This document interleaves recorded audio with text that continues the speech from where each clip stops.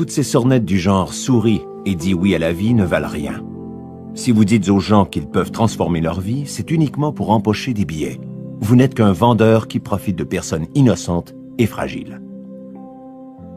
Si je n'entends pas de tels commentaires tous les jours, ils ne me sont pas pour autant inconnus. Je ne vis pas une existence retirée et j'ai pleinement conscience des gens qui considèrent tout le domaine du développement personnel comme un ramassis d'inepties. On me demande souvent si c'est bien vrai. Alors pourquoi ça ne fonctionne pas pour moi? En vérité, ça fonctionne en ce moment même. Mais parce que vous restez enchaîné à vos croyances restrictives, vous avez l'impression que ça ne fonctionne pas. Je sais, vous pensez certainement que c'est une sorte de logique circulaire visant à éviter de répondre franchement. C'est tout sauf cela. Voici la vraie réponse. C'est vous, et ça l'a toujours été. Vous décidez ce que vous méritez, vous décidez de voir la vie comme vous l'entendez, et vous déterminez votre propre succès ou échec. L'idée d'espérer des miracles consiste à ouvrir votre vie aux possibilités infinies et à atteindre les objectifs qui vous ont peut-être échappé jusqu'à présent. Après m'être apitoyé sur mon sort pendant des décennies entières, j'ai finalement compris que le problème, c'était moi. C'était toujours moi. Non seulement étais-je responsable de ces situations, mais je les avais en fait créées. Ce n'est peut-être pas ce que vous pensiez lire dans les premières pages d'un ouvrage intitulé « Attendez-vous à un miracle ». Or, c'est la vérité. Aucune recette ne vous aidera si vous refusez d'être aidé. Si vous n'êtes pas prêt à regarder en vous et à abandonner vos croyances restrictives, vous ne soupçonnerez jamais l'abondance de miracles qui attendent de se produire dans votre vie. Désormais, assurément, il se produit chaque jour dans ma vie des événements miraculeux. Je les attire, je m'y attends, et ils se produisent.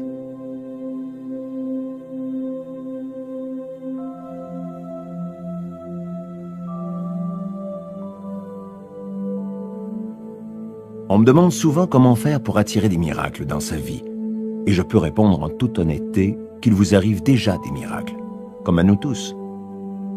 Nombreux sont les gens qui balaient de la main ces petits événements ou ne voient en eux que pure coïncidence. Appelez-les comme vous voulez. Ils se produisent bel et bien, et si vous le permettez, des miracles encore plus grands viendront embellir votre vie. Je vous mets au défi. Choisissez de jouer le jeu et de voir où cela vous mènera, plutôt que de rester à l'écart et de blâmer quelque chose que vous ne saisissez pas entièrement.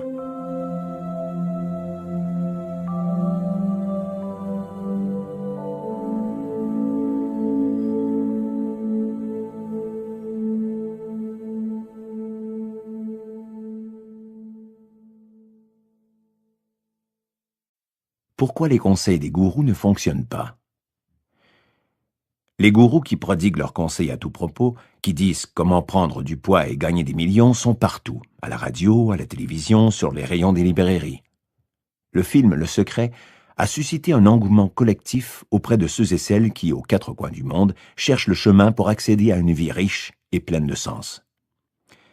La plupart de ces gourous sont sincères et savent de quoi ils parlent, car tout comme moi, ils ont eux-mêmes parcouru ce chemin. Depuis des siècles, les humains cherchent à améliorer leur vie et à comprendre pourquoi ils se comportent de telle ou telle manière. Socrate est le parfait exemple d'un être en quête de vérité. La méthode socratique se fonde sur l'idée qu'il faut décomposer un problème en posant d'innombrables questions clés de façon à en discerner la vérité. Or, c'est exactement l'objet de la plupart des programmes de développement personnel. Ils invitent à l'introspection et à se poser les vraies questions. Pourquoi croyez-vous ce que vous croyez? D'où viennent ces croyances? Qu'êtes-vous prêt à faire pour obtenir de meilleurs résultats? Socrate avait une règle. Approcher ceux qu'on considérait comme les plus grands sages d'Athènes pour leur soumettre des questions qui les forçaient à examiner leurs propres idées et croyances. Or, ils ont détesté l'expérience.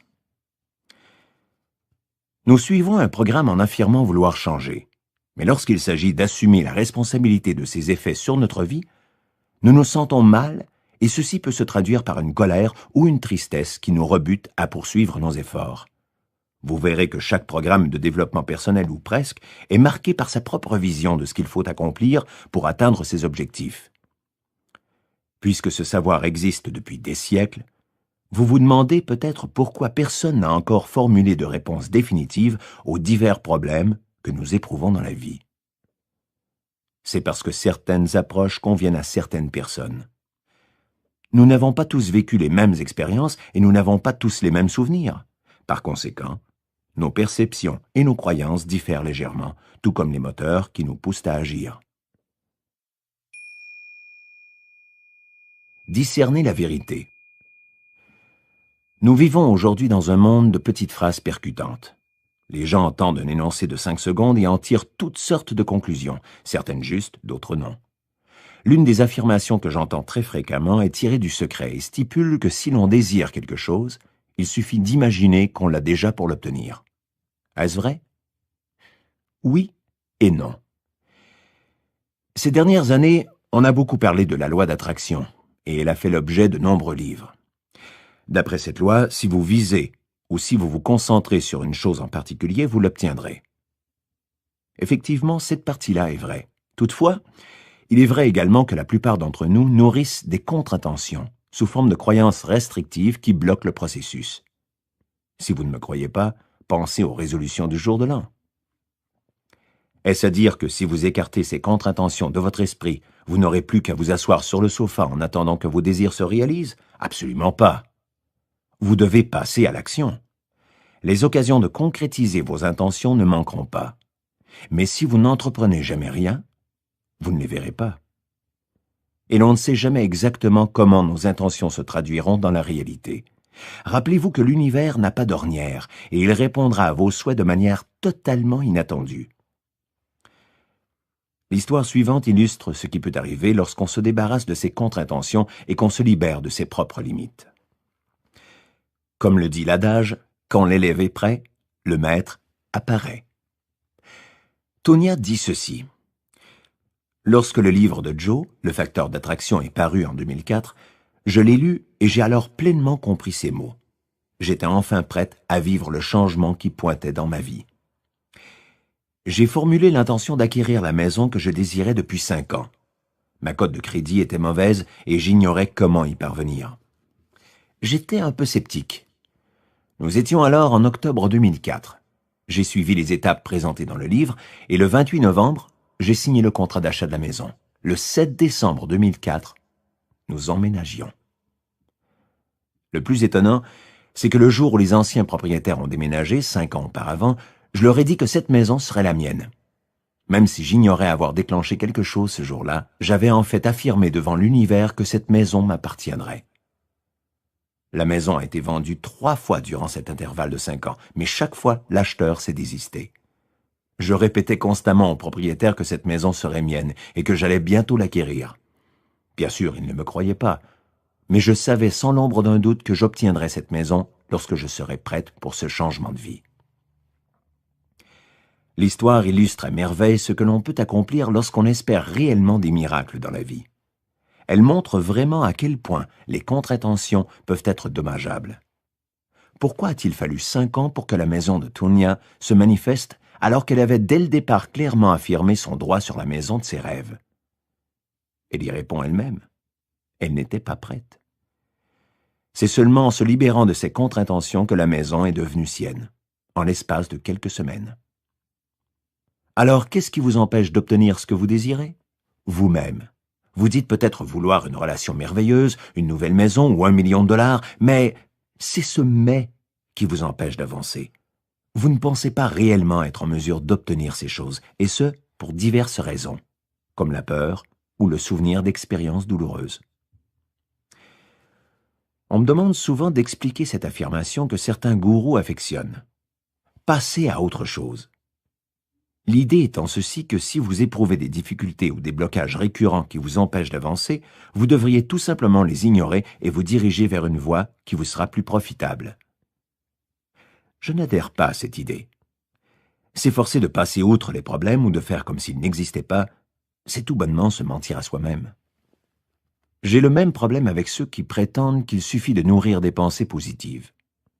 Une vision positive peut certes faire des miracles dans votre vie, mais elle ne constitue pas en soi la réponse à vos problèmes. Vous devez malgré tout faire l'effort de regarder en vous et de rejeter vos contre-intentions avant de pouvoir réellement avancer. Mais alors, pourquoi luttez-vous encore?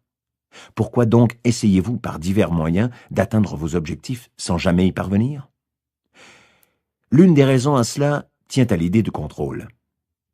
Nous aimons tous penser que nous avons le contrôle sur notre petit coin du monde. À cette fin, nous établissons des zones de confort, des routines et des frontières dont nous n'avons parfois même pas conscience. Vous avez peut-être bâti des murs autour de votre vie pour vous protéger, lesquels en vérité limitent vos possibilités et sabotent toute tentative d'aller plus loin. La peur n'est pas votre amie. Deux des plus fortes contre-intentions à combattre sont la peur de l'échec et la peur du succès. Les histoires que vous reliez à l'une ou l'autre de ces peurs constituent justement ce qui vous maintient dans votre zone de confort, vous empêchant ainsi d'atteindre vos objectifs. Vous craignez d'être à l'extérieur de vos barrières malgré ce que vous dites vouloir. Ainsi, à cause de votre peur, vous reculez devant vos propres progrès sans jamais voir vos rêves se concrétiser. Certaines personnes pensent que si l'on ne parvient pas à atteindre un objectif, on mérite une sorte de mort au sens psychologique du terme. Cette perspective du tout ou rien empêche de voir la direction qu'il nous faut prendre et que révèle l'échec. Comprenez bien que l'échec n'est pas une fin, mais simplement le signal que vous vous êtes temporairement écarté du chemin qui mène à votre but. C'est un élément inhérent au processus d'éducation et d'apprentissage. L'ennemi, ce n'est pas l'échec, lequel est riche d'enseignements et nous indique la direction à prendre. L'ennemi, c'est en fait la peur. Vous êtes-vous déjà dit « Je suis doué pour commencer les choses, mais moins quand il s'agit de les terminer ». Avez-vous à votre actif des projets de rénovation à moitié terminés, une formation à moitié suivie ou une pile de livres à moitié lus? C'est contrariant, n'est-ce pas? Bien souvent, on se trouve des excuses pour ne pas achever les projets entamés, mais toutes ces explications cachent en fait un manque de courage pour les réaliser. La peur du succès est un sentiment très répandu, bien plus qu'on ne le pense. S'il semble presque paradoxal de craindre ce que l'on dit espérer, c'est pourtant le cas de bien des gens. La peur, c'est l'angoisse de l'anticipation. Autrement dit, c'est le « et si ».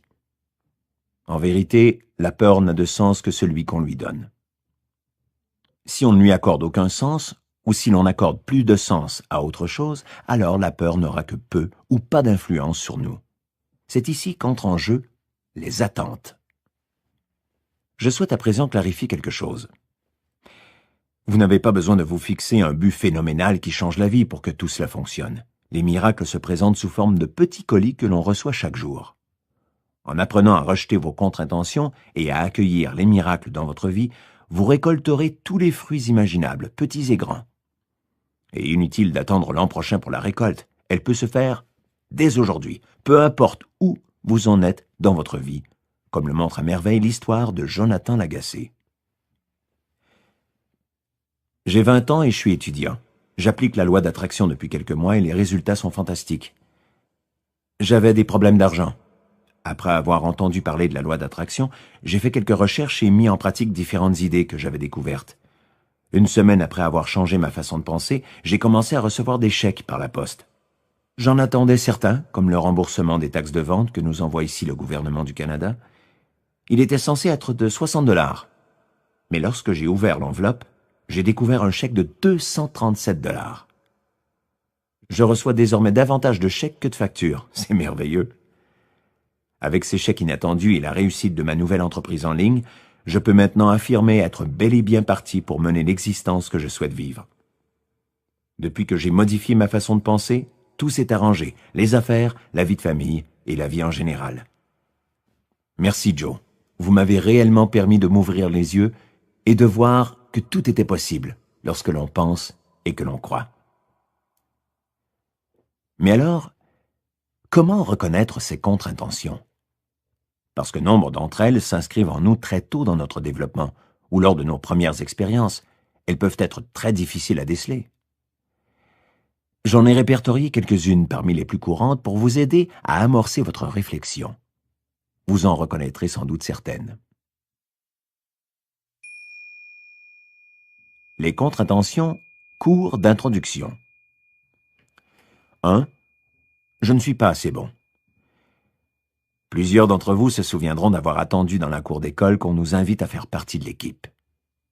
Peu importe le moment où vous étiez choisi, si vous n'étiez pas le premier à l'être, vous vous sentiez inférieur. Ce processus se répète bien souvent dans la vie. Dans pareil cas, il est difficile d'avoir une bonne image de soi et ce sentiment nous poursuit constamment. Malheureusement, lorsque vous déciderez de transformer votre vie, il se peut qu'il entrave vos démarches. Cette petite voix s'élèvera du fond de votre esprit pour vous dire que vous n'êtes pas assez bon, alors que vous faites tout votre possible pour atteindre vos buts. Comme si vous appuyiez d'un pied sur l'accélérateur et de l'autre sur le frein. 2. Personne ne m'aime. Tout le monde a des défauts, et certaines personnes ont tendance à les souligner au pire moment imaginable. Vous pensez peut-être que vous vous exprimez mal, que vous devriez mieux connaître les bonnes manières, ou encore que vous n'avez pas votre place dans la société. Il est facile de penser que personne ne vous apprécie du seul fait que vous n'avez pas un vaste réseau social. Cependant, comme toutes les contre-intentions, c'est une prédiction qui se réalise. Parce que vous ne pensez pas mériter d'avoir des amis ou d'être en relation, vous n'essayez pas d'en avoir, et de fait, vous n'en avez pas. C'est en prenant conscience que cette perception n'est pas la réalité que vous pourrez agir concrètement pour renverser les choses. 3. Je ne veux pas être rejeté. Cette contre-intention empêche de demander conseil. Personne ne souhaite être rejeté. Mais la peur du rejet est souvent bien plus puissante que le rejet lui-même. Par votre décision, vous seul l'empêcherez de contrecarrer vos plans. 4. C'est impossible. Cette contre-intention est en fait liée à la première évoquée ci-dessus. Vous ne vous pensez pas assez bon. Voilà pourquoi vous classez les buts à atteindre et les tâches à accomplir dans la liste des « je peux faire » et des « pas possible ». 5. Les œillères. Les personnes aux prises avec cette contre-intention croient qu'il n'y a qu'une seule solution à un problème particulier ou une seule façon d'accomplir une tâche donnée. Si votre réponse commence par « oui, mais », c'est que vous nourrissez cette contre-intention et la croyance qu'il n'existe pour vous qu'un seul scénario de réussite, par ailleurs très spécifique. 6. De toute façon, ça ne fonctionnera pas. C'est l'une des contre-intentions les plus dommageables qui soit, et malheureusement, elle est très répandue. Elle affecte les personnes qui envisagent toujours le pire, comme s'ils essayaient de se protéger en réfrénant leurs attentes. Si vous entretenez cette contre-intention, vous échouerez toujours, ce qui renforcera de fait votre croyance. 7. Je ne suis pas exceptionnel.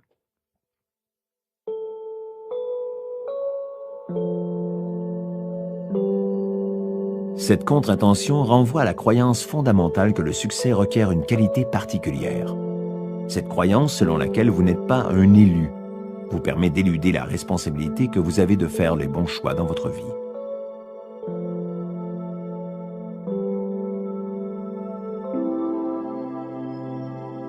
J'aimerais partager avec vous quelques récits montrant que l'on peut supprimer ces contre-intentions et ces croyances restrictives pour permettre aux miracles qui attendent d'affluer dans sa vie.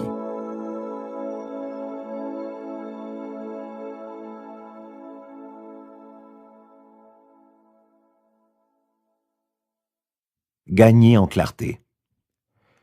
Pour être en mesure d'envoyer vos intentions à l'univers et d'espérer des miracles, vous devez comprendre comment fonctionne la loi d'attraction et savoir quelles mesures prendre pour accélérer le processus.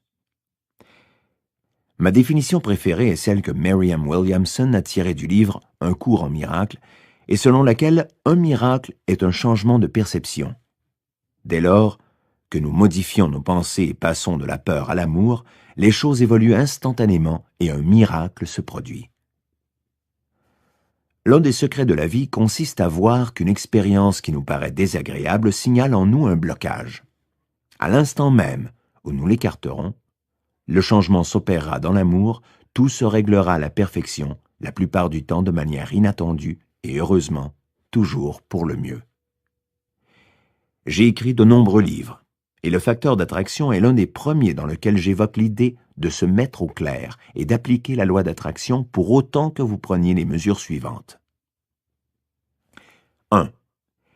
Éliminez la négativité et concentrez-vous sur ce que vous voulez. Si vous vous concentrez sur ce que vous désirez et que vous faites votre possible pour vous entourer de mots et de pensées positives, vous verrez se produire des choses positives. 2. Osez faire quelque chose de digne. Quand avez-vous pour la dernière fois essayé quelque chose de nouveau ou pris une décision réellement exaltante qui enflammait votre imagination?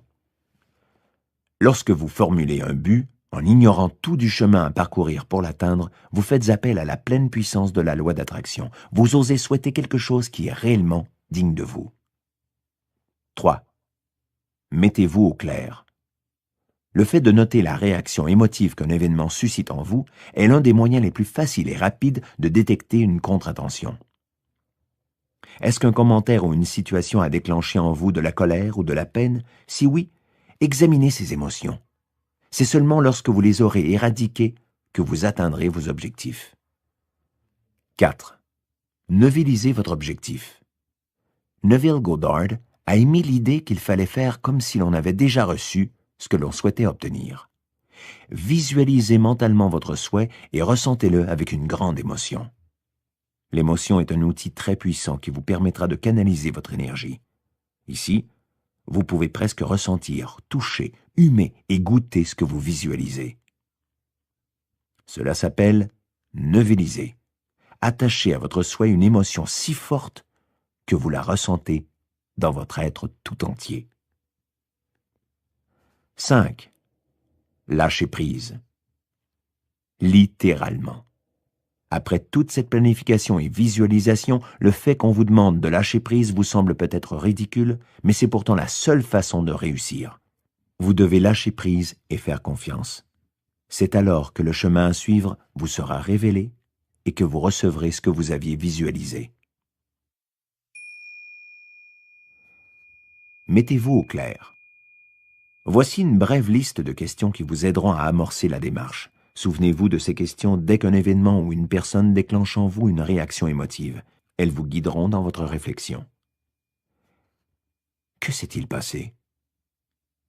Décrivez la personne ou l'événement qui vous a fait réagir. Par exemple, un proche vous taquine, mais vous sentez en fait qu'il vous attaque ou cherche à vous rabaisser. Éventuellement, vous vous fâchez et vous lui dites de se calmer. Cette réaction révèle peut-être votre croyance que les gens cherchent délibérément à vous dévaloriser. Maintenant, formulez la réponse suivante. Voici comment j'ai réagi à la situation, à l'événement ou à la personne concernée. Lorsque cela s'est produit, j'ai ressenti de la colère, de la peine, de la peur. À présent, relisez ce que vous venez d'écrire. Essayez de porter un regard objectif sur les événements. Votre réaction était-elle vraiment justifiée? Pourquoi ou pourquoi pas? Qu'est-ce qui vous a ébranlé? Que craignez-vous qu'il advienne dans cette situation? Qu'est-ce que cela révèle de vous? Vous rappelez-vous les premières fois où vous avez vu ce type de situation comme un problème? Quand avez-vous décidé que c'était votre histoire? Quel choix ferez-vous pour modifier l'histoire que vous vous racontez?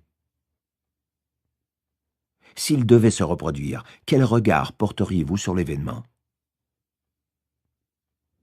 En quoi votre réaction serait-elle différente? Maintenant, pensez à ce qui s'est passé. Quel genre d'expérience cela a-t-il généré pour vous et pour les gens autour de vous? Commencez vos phrases par « je ». Cela vous aidera à prendre vos responsabilités.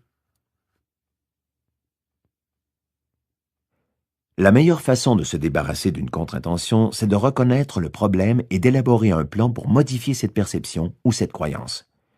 Vous serez alors en mesure d'évaluer vos émotions et de comprendre leur origine. Vous pourrez ensuite les remplacer par de nouvelles émotions qui serviront mieux vos intérêts. Vous choisirez vos nouvelles croyances et vous les mettrez en place. Nous arrivons maintenant à l'étape cruciale du processus. Vous devez abandonner cette ancienne croyance. Dites-vous, je suis maintenant résolu, prêt et fermement décidé à abandonner à 100% cette ancienne croyance qu'est. À sa place, je m'ouvre résolument à la perception suivante. Et je crois que je me permets maintenant de ressentir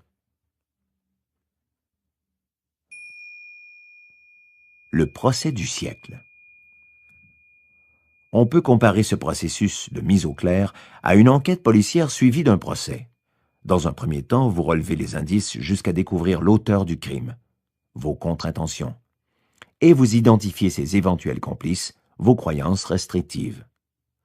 C'est ensuite l'heure de l'interrogatoire. Vous devez respecter chaque idée pour mettre au jour la vérité pure. Ne faiblissez pas, ne relâchez pas la bride. Vous devez poser les vraies questions. Quoi, où, quand, comment et pourquoi. Une fois les preuves accumulées, vous adressez votre requête à la cour. Vous êtes à la fois juge et jury. Cette idée, désormais menottée et en habit de prisonnier, traduit-elle la vérité ou dissimule-t-elle une peur? Est-ce ce à quoi vous aspirez dans la vie ou pas? C'est à vous de décider. Vous pouvez opter pour sa libération et son retour dans votre vie, ou vous pouvez vous en débarrasser pour toujours. Si vous décidez de neutraliser l'idée, vous formulerez votre plaidoyer final dans lequel vous définirez précisément ce que vous voulez et comment vous comptez l'obtenir. Ce plaidoyer final sera détaillé et axé sur les émotions. Enfin, l'huissier fera sortir le coupable et vous goûterez à votre pleine liberté. J'aime à penser la mise au clair comme un processus qui dure toute la vie et qui ressemble beaucoup à la pelure d'un oignon. On va toujours plus loin à mesure qu'on pèle les couches, certaines fines et d'autres plus épaisses, et on ne s'arrête jamais. Trouvez votre chemin. Comment votre intention pourrait-elle se réaliser si vous ne parvenez même pas à la définir? J'entends souvent parler de personnes qui ne savent pas exactement ce qu'elles veulent. C'est là que l'inspiration peut vous montrer la voie. Je me permets une petite mise en garde. Lorsqu'on exprime un souhait mais qu'on manque de précision quant au résultat espéré, celui-ci peut finalement s'avérer mitigé, comme l'illustre la petite histoire de Gary Boudurand. Lorsque j'ai entendu parler de la loi d'attraction, j'ai décidé qu'il était temps pour moi d'acquérir une nouvelle auto. Je conduisais alors une Volkswagen Fox 1989, qui avait connu de meilleurs jours. Même si elle tenait le coup, la poignée de porte du côté conducteur était fichue à cause d'un cambriolage, et je devais passer du côté passager pour l'ouvrir de l'intérieur. Il y avait une fuite dans le radiateur et d'autres choses encore qui ne fonctionnaient plus. J'étais déterminé à changer de voiture. J'ai arrêté mon choix sur une Volkswagen Golf à 4 portes gris métallisé et je la voulais gratuitement. J'ai noté mon souhait par écrit, je me suis vu en train de la conduire, j'en ai parlé à chaque fois que j'en voyais une, ce qui arrivait plus souvent qu'avant. Je disais à tout le monde que c'était mon auto. 6 mois plus tard, ma sœur m'a appelé pour savoir si je voulais une voiture pour mon anniversaire. Je sais ce que vous vous dites, mais honnêtement, je n'avais parlé à personne dans ma famille de la loi d'attraction. Ce n'est tout simplement pas le genre de la maison. Et voici ce que j'ai reçu en cadeau. Une Ford d'occasion, 4 portes, gris métallisé et qui n'a rien coûté. Mais tenez-vous bien, la poignée du côté conducteur ne s'ouvrait pas de l'extérieur et il y avait une petite fuite dans la durite du radiateur. La leçon à tirer? C'est qu'il faut être très clair et très précis dans la formulation de ses souhaits. Cet exemple me fait toujours sourire. Gary a tout à fait raison. Il a obtenu ce qu'il avait demandé, ni plus ni moins. Il n'a pas visualisé une auto en parfait état, la voyant simplement grise et différente de son auto précédente. Et c'est ce qu'il a eu. Alors faites bien attention à ce que vous dites vouloir. Les intentions de l'ego et les intentions divines. Vos intentions sont les buts que vous formulez à l'univers. C'est ce que vous dites vouloir. Il existe 2 types d'intentions, les intentions de l'ego et les intentions divines. Vouloir une auto neuve ou vouloir beaucoup d'argent en banque sont des intentions de l'ego. Ce sont des désirs qui vous font du bien et qui améliorent votre vie. Les intentions divines traduisent l'idée d'un bienfait qui dépasse votre propre intérêt. Elles visent à aider les autres et non seulement vous-même. Une intention divine, c'est par exemple l'envie de développer des idées et des concepts qui aideront les gens à réduire le chaos émotionnel de leur vie. En aidant les autres à obtenir ce qu'ils veulent et ce dont ils ont besoin, vous répondrez tout autant à vos propres envies et besoins. Les richesses matérielles sont ici secondaires. Osez faire quelque chose de digne. C'est l'un des principes qui actionne le pouvoir de la loi d'attraction. Plus votre but sera digne, plus vous attirerez ce pouvoir et plus vos progrès seront rapides. En fait, un but digne déclenche la loi d'attraction. Je ne dis pas qu'il est mal de vouloir une nouvelle auto ou de voir se manifester dans votre vie des petits miracles de ce genre. Ce sont autant de preuves que vous êtes sur la bonne voie et ces réussites vous encouragent à passer à l'étape suivante. Elles vous révèlent également tout ce qui vous attend encore et tout ce qu'il vous est possible de réaliser. Prenons l'exemple d'Ebony, dont le projet a embelli la vie de nombreux enfants. J'ai vu Joe Vitale dans Le Secret et ses paroles m'ont inspiré. Je suis allé sur son site et je me suis abonné à son bulletin de nouvelles. À cette époque-là, j'avais vraiment l'esprit confus et je ne savais pas trop quel chemin prendre dans la vie. J'hésitais entre l'envie de regarder le monde de la grande entreprise et celle de monter mon propre projet. Un jour, j'ai consigné dans mon journal une vision que j'avais eue. Un lieu destiné aux enfants où ils pourraient faire des tours de voiture à pédales, histoire qu'ils bougent un peu. Ils retrouveraient le plaisir de l'exercice tout en s'amusant. J'ai visualisé un certain nombre d'emplacements, j'ai vu mon futur local, j'ai senti son odeur, j'ai entendu le rire des enfants qui s'amusaient et les pleurs des petits qui ne voulaient plus quitter ce centre dédié à la fête. En suivant les étapes dont parle Joe, tout était parfaitement clair. Dans mon journal, j'ai dessiné un circuit pour les voitures d'enfants avec des couleurs et des détails réalistes, et je me suis senti merveilleusement bien. Je savais qu'il me fallait agir sans tarder, parce que l'univers adore la vitesse.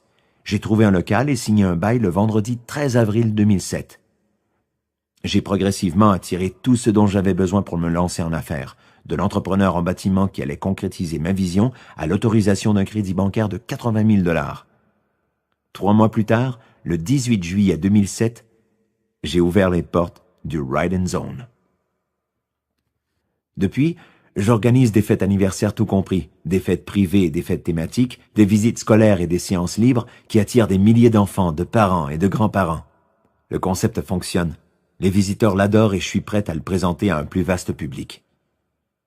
J'ai clarifié la direction que je voulais donner à mon projet et commencé à manifester ce dont j'avais besoin pour diffuser le concept, entamant ainsi un nouveau parcours spirituel.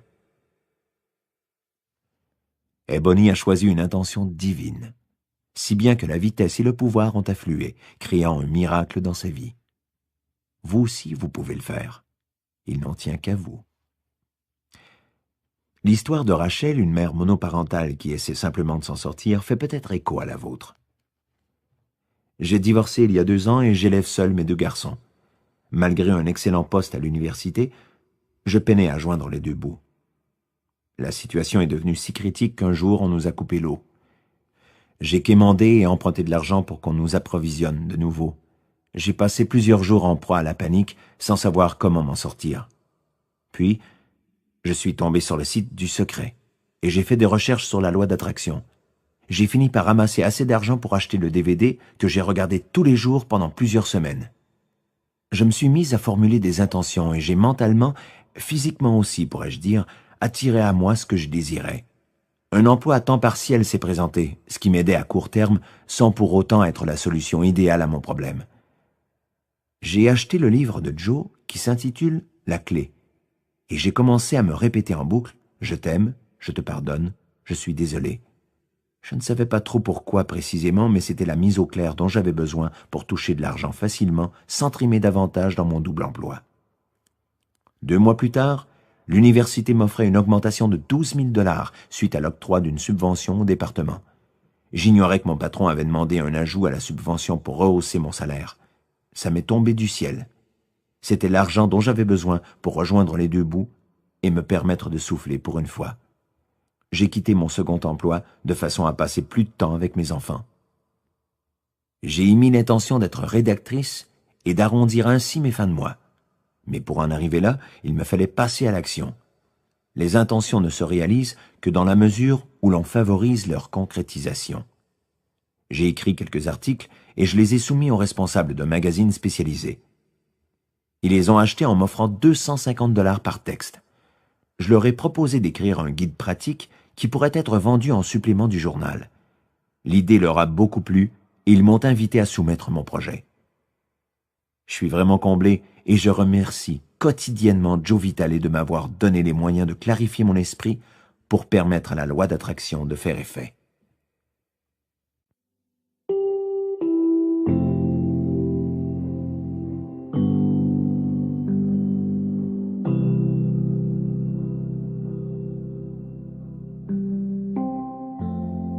Créer sa propre histoire. J'ai écrit un livre il y a quelques années intitulé « Zéro limite » dans lequel je présentais une méthode de mise au clair extrêmement efficace, la méthode Ho'oponopono. Je l'ai découverte grâce au docteur Hew Len, qui s'en servait dans sa pratique. Elle repose sur l'idée que l'on est responsable de tout ce qui nous arrive dans la vie, peu importe ce que l'on croit être la source des événements. Ce n'est que par l'amour de soi que l'on peut assumer ses responsabilités et transformer sa vie grâce à la mise au clair et à la guérison de son moi supérieur. Pour cela, il suffit de répéter les phrases suivantes. Je t'aime, je suis désolé, pardonne-moi s'il te plaît, et merci.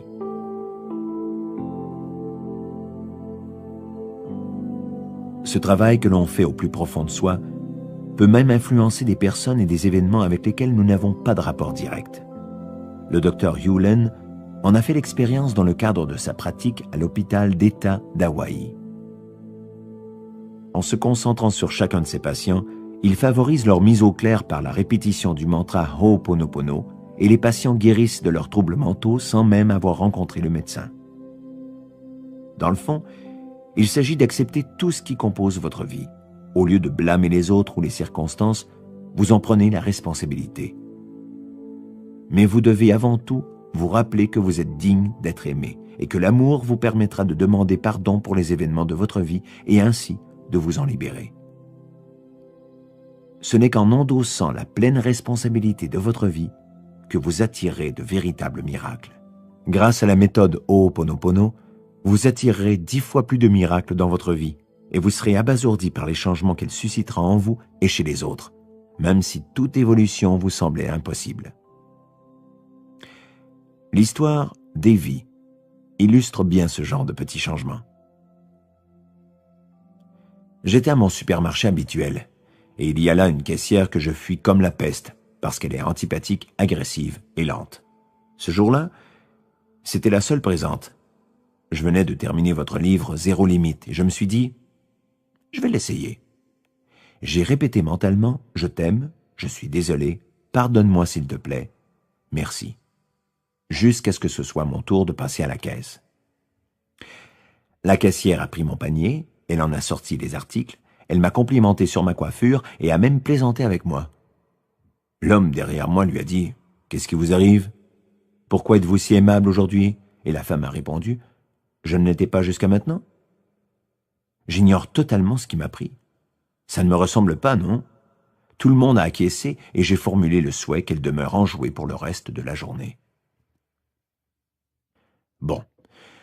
Vous vous dites peut-être que ce n'est là qu'un tout petit moment dans la journée de quelqu'un, et vous avez raison. Mais pensez au nombre de petits moments semblables que nous vivons et qui nous affectent tous les jours. Puisque vous avez le pouvoir de créer une expérience positive, pourquoi ne pas le faire? Peu importe où vous êtes ou qui vous êtes, il se produira toujours des choses désagréables dans le cours d'une journée. Lorsque vous êtes confronté à de tels incidents, appliquez sans tarder cette méthode afin de vous libérer du négatif et d'accueillir les retombées positives de la situation.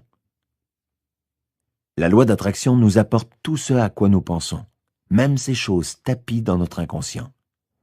La méthode Ho'oponopono permet d'écarter ces idées inconscientes dont nous n'avons même pas conscience et d'attirer toutes les bonnes choses que nous désirons dans la vie. Prenons l'exemple de Déborah. Mon père a été hospitalisé en décembre dernier. Après avoir vécu une très longue vie, sa fin semblait proche. Nous avions pour ainsi dire coupé les ponts il y a très longtemps, et je ne l'avais pas vu depuis au moins 10 ans. Discuter avec lui a toujours été un peu éprouvant pour moi, et même si je l'aimais, je préférais ne pas avoir affaire à lui. J'avais fait beaucoup de lectures dans les mois précédant son hospitalisation, et parmi celles-ci, c'est le livre Zéro Limite qui m'a le plus marqué. J'appliquais quotidiennement la méthode Ho'oponopono et je ressentais plus que jamais la paix du cœur. Ma sœur m'a contacté pour me dire que mon père n'allait probablement plus tenir très longtemps. J'ai décidé de l'appeler. J'avais le cœur gros et je ne savais pas trop quoi dire après toutes ces années. Alors j'ai répété « Je t'aime, je suis désolé, pardonne-moi s'il te plaît et merci » pendant quelques instants, et soudain j'ai su quoi dire, sous le coup de l'inspiration et non en évoquant les souvenirs du passé. J'ai appelé et bien franchement, j'ai utilisé le mantra en lui-même pour m'excuser de lui avoir fait mal, même si ce n'était pas mon intention, et pour lui demander pardon, tout en lui pardonnant dans mon cœur et en lui disant combien je l'aimais. Mon père n'a pas dit grand-chose, mais la conversation a fini sur une note beaucoup plus douce.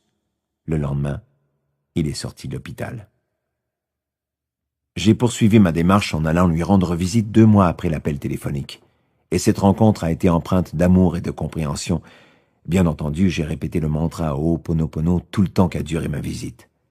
J'appelle ça un miracle. Toucher le fond. Au cours de ma vie, j'ai mené bien des combats difficiles contre moi-même. J'ai vécu l'itinérance dans mes jeunes années. Lorsqu'on vit un tel cauchemar, ou bien d'autres situations également difficiles, seule la survie nous préoccupe, et l'on s'efforce d'enfouir les ravages émotionnels qui s'accumulent dans notre esprit. Tout cela est arrivé bien avant que je découvre la mise au clair et que j'apprenne à transformer une situation négative en expérience positive. On peut dire que j'étais dans le déni.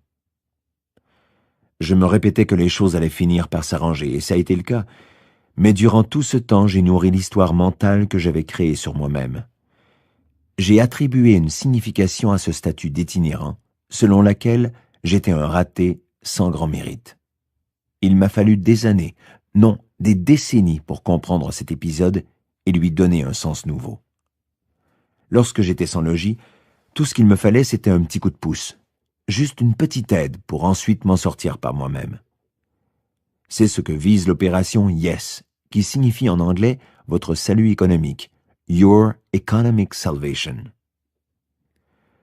Ce programme aide les gens à s'aider eux-mêmes, et l'argent récolté est versé à des œuvres de charité. J'ai toujours prôné les arrangements qui profitent à tout le monde, et celui-ci est 3 fois gagnant. 1.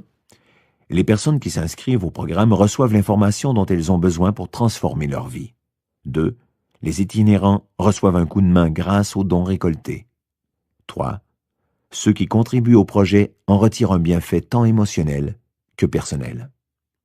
En vérité, j'aurais pu en tout temps me libérer de cette expérience, mais l'histoire que je me racontais m'en empêchait.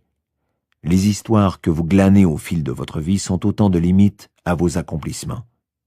Depuis aussi longtemps que je me souvienne, j'ai rêvé d'être écrivain. Et je suis maintenant auteur.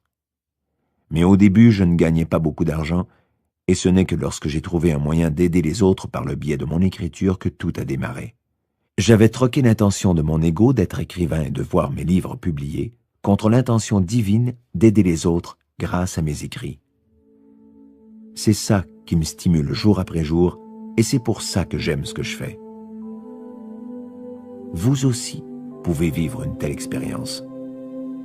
Sans même que nous soyons confrontés à une situation extrême, les miracles se produisent, nous rappelant que l'univers est infiniment puissant et que nos pensées comme nos intentions, y compris celles que nous formulons incidemment, peuvent se manifester dans notre vie.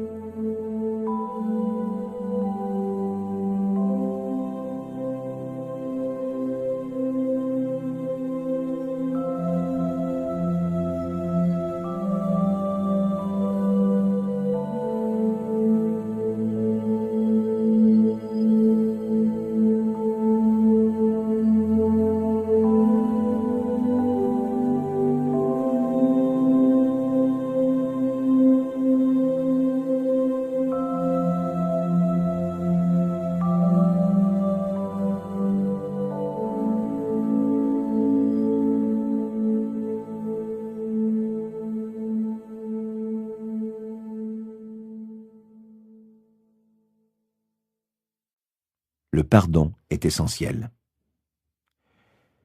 Le pardon se définit communément comme le fait d'abandonner tout désir de compensation par une injustice que l'on pense avoir subie et de se libérer du ressentiment qu'elle avait suscité. Mais qu'en est-il du pardon à soi-même? Se pardonner, c'est en fait cesser de compter les points qui comptabilisent chacun de ses écarts et de ses manquements. En vous inspirant de ses fautes et de ses incidents passés, vous élaborez une histoire. Vous décidez de ce que ces événements révèlent à votre propos. C'est là la source première de bien des contre-intentions. Vous devez vous pardonner, libérer votre colère et votre ressentiment pour pouvoir avancer. Mais comment savoir si l'on s'est réellement pardonné? Si l'on a vraiment lâché prise? Pour cela, voyez si le souvenir de l'événement ou du problème est encore chargé émotivement. Si vous ressentez encore de la colère ou du remords lorsqu'il vous vient à l'esprit. Il est essentiel de libérer ces émotions négatives, car nos émotions sont si puissantes qu'elles attirent beaucoup de choses dans notre vie. Le pardon est comme un bouton de réinitialisation qui nous permet d'apprendre et d'avancer sans emporter avec nous cette émotion négative. L'histoire de Rachel illustre bien comment le pardon à soi-même peut changer une vie. Nous venions de nous marier. Le baiser d'au revoir que j'ai donné à mon mari soldat une semaine après notre union m'a brisé le cœur. Il avait les larmes aux yeux en montant dans l'autobus et m'a dit « Si tu trouves le moyen de nous mettre à l'abri du besoin, je quitterai l'armée et nous n'aurons plus jamais à nous séparer. » Après avoir souffert de dépression, j'avais du mal à croire que je méritais la vie, et encore moins l'abondance qu'elle nous offre. J'ai néanmoins pris au sérieux l'idée de mon mari et écarté l'émotion rattachée à mes expériences passées. Je souhaitais être libre financièrement et que mon mari rentre à la maison sain et sauf. 2 semaines plus tard, j'ai découvert le secret. J'ai regardé l'univers droit dans les yeux et je lui ai dit « Aide-moi à nous libérer ». J'ai été très clair, je voulais gagner 10 000 $ par mois dans une activité qui me passionnait et qui m'inspirait. Je voulais partager ce secret avec le monde entier, mais j'ignorais comment. Toutefois, j'ai suivi le conseil du secret, suivant lequel il ne faut jamais s'inquiéter du comment. 2 semaines plus tard, mon père m'a parlé d'une occasion d'affaires qui impliquait la loi d'attraction. J'étais prête. 3 mois après, mon revenu mensuel s'élevait à 15 000 $. Pour que mon mari puisse quitter l'armée et que nous construisions la maison de nos rêves, je devais manifester 100 000 $ en 3 mois. C'était beaucoup demandé. Je me sentais un peu coincé et dépassé. J'ai alors été attiré sur le site moneybeyondbelief.com. Le matériel audio sur la technique de libération émotionnelle m'a fait découvrir le livre de Joe, Le facteur d'attraction. Après avoir lu le livre et suivi les 5 étapes qu'il présente, j'ai rapidement clarifié mes pensées restrictives. En appliquant ces méthodes, mon revenu est facilement monté à 20 000 $ par semaine, et non par mois. L'un des apprentissages clés que m'a révélé le secret tient dans cette question. Est-ce que vous vous concentrez sur les objectifs ou sur l'esprit qui les anime? Me concentrer sur l'esprit au lieu de l'argent a été pour moi un tournant. Dans la mesure où je travaille avec la loi d'attraction, plus j'amasse de l'argent, plus nombreux sont les gens qui trouvent leur chemin dans la vie. Tout le monde y gagne. Au lieu de ne penser qu'à l'ampleur de votre erreur, ou de vous taper dessus pour l'avoir commise, faites simplement un pas dans la bonne direction, jusqu'à ce que vous soyez de nouveau sur votre chemin.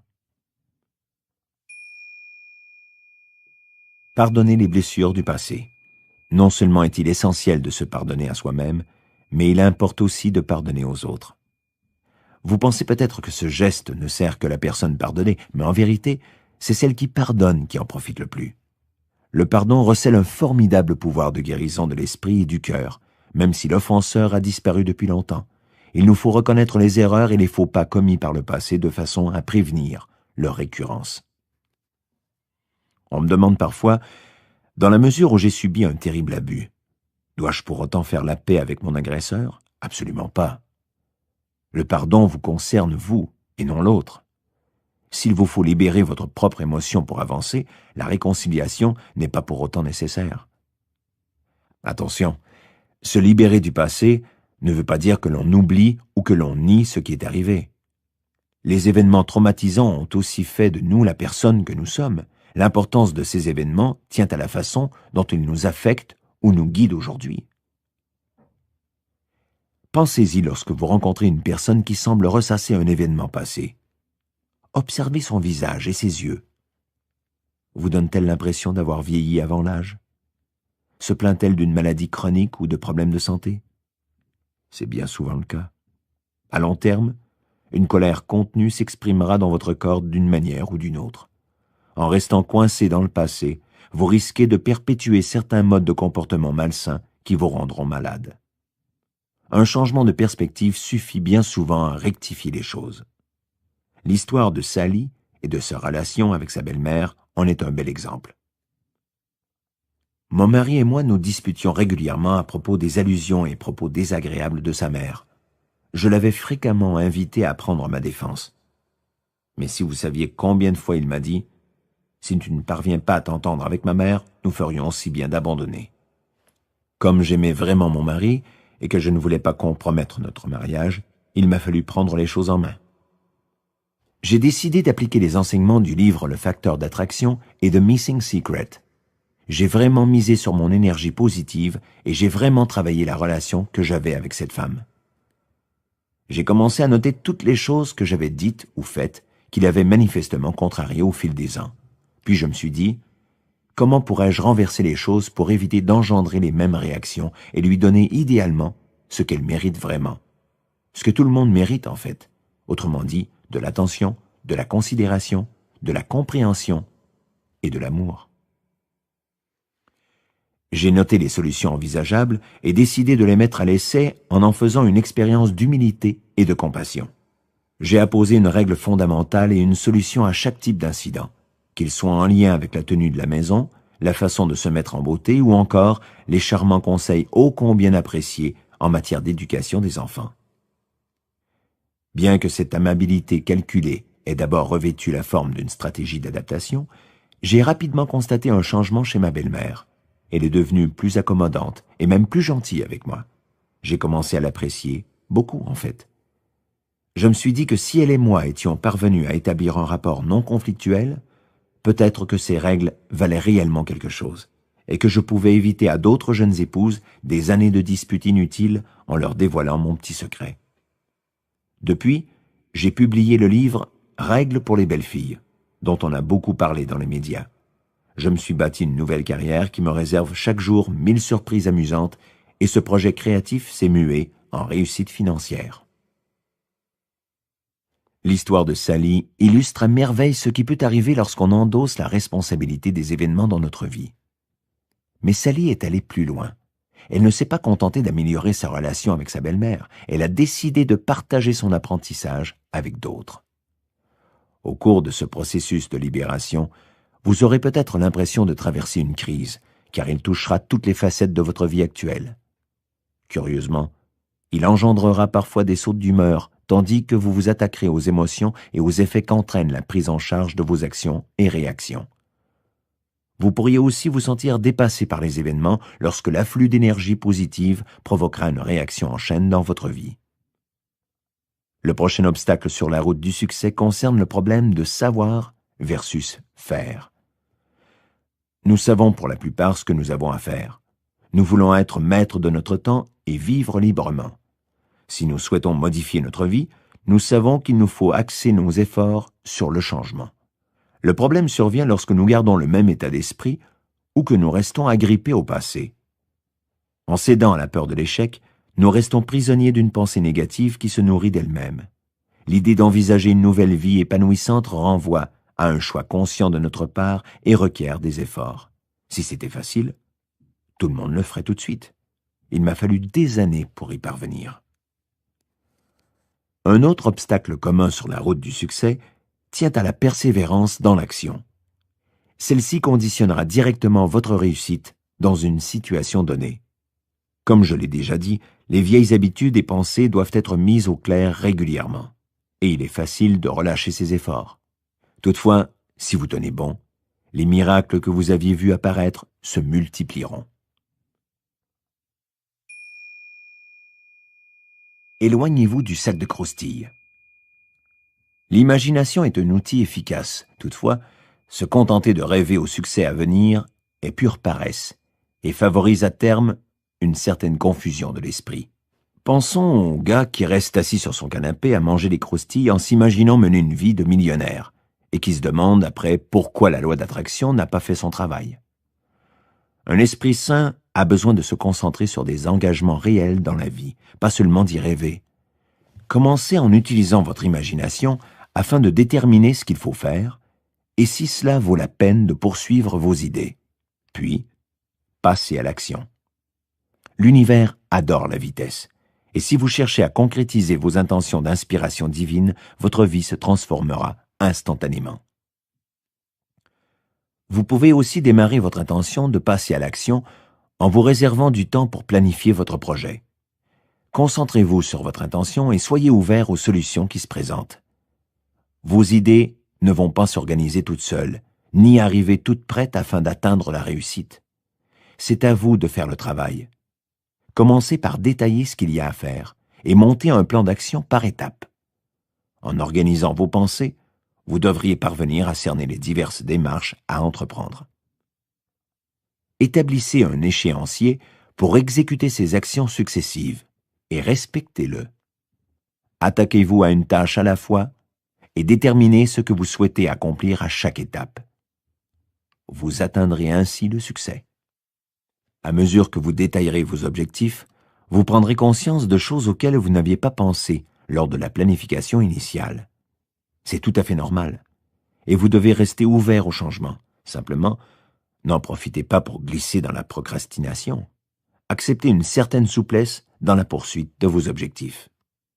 Si vous doutez de vous-même et de votre pouvoir, si vous n'acceptez pas vos talents, vos dons et vos forces telles que l'imagination, le libre arbitre et l'amour de soi, c'est parce que vous avez appris à ne pas faire confiance, à ne pas accepter. C'est une émotion que vous avez apprise, et lorsque vous aurez compris ce fait, vous pourrez amorcer un processus de désapprentissage.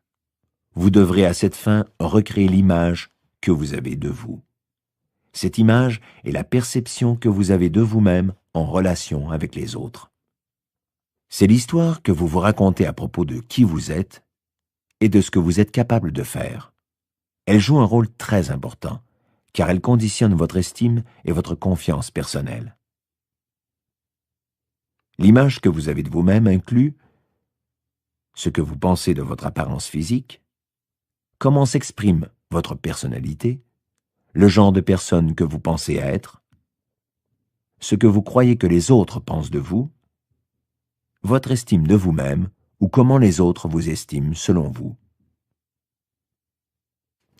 L'estime de soi est étroitement liée à l'image de soi. Elle correspond au jugement que nous portons sur notre valeur intrinsèque et qui se révèle dans l'attitude que nous manifestons à notre égard. L'image mentale que nous avons de nous-mêmes est intimement liée à l'estime que nous nous accordons. Une bonne estime de soi se définit comme une vision positive et constructive du moi et de ses aptitudes. Elle permet d'avancer vers la réalisation de ses objectifs et d'établir des relations enrichissantes avec les autres. Il faut du temps et de l'entraînement pour améliorer son image de soi, comme pour perfectionner tout autre talent ou aptitude. Pour développer une bonne estime de vous-même, vous devrez non seulement afficher une attitude positive envers vous et le monde qui vous entoure, mais aussi apprécier votre valeur et adopter un comportement responsable vis-à-vis des autres. La pire erreur que vous pourriez commettre serait d'essayer de mériter l'estime. Comme si vous vous disiez « Un jour, je serai digne d'estime ». Vous pourriez passer votre vie à rechercher cette estime sans jamais l'acquérir. Vous devez reconnaître et comprendre que vous avez déjà une valeur, un mérite, quelle que soit votre vie passée ou actuelle.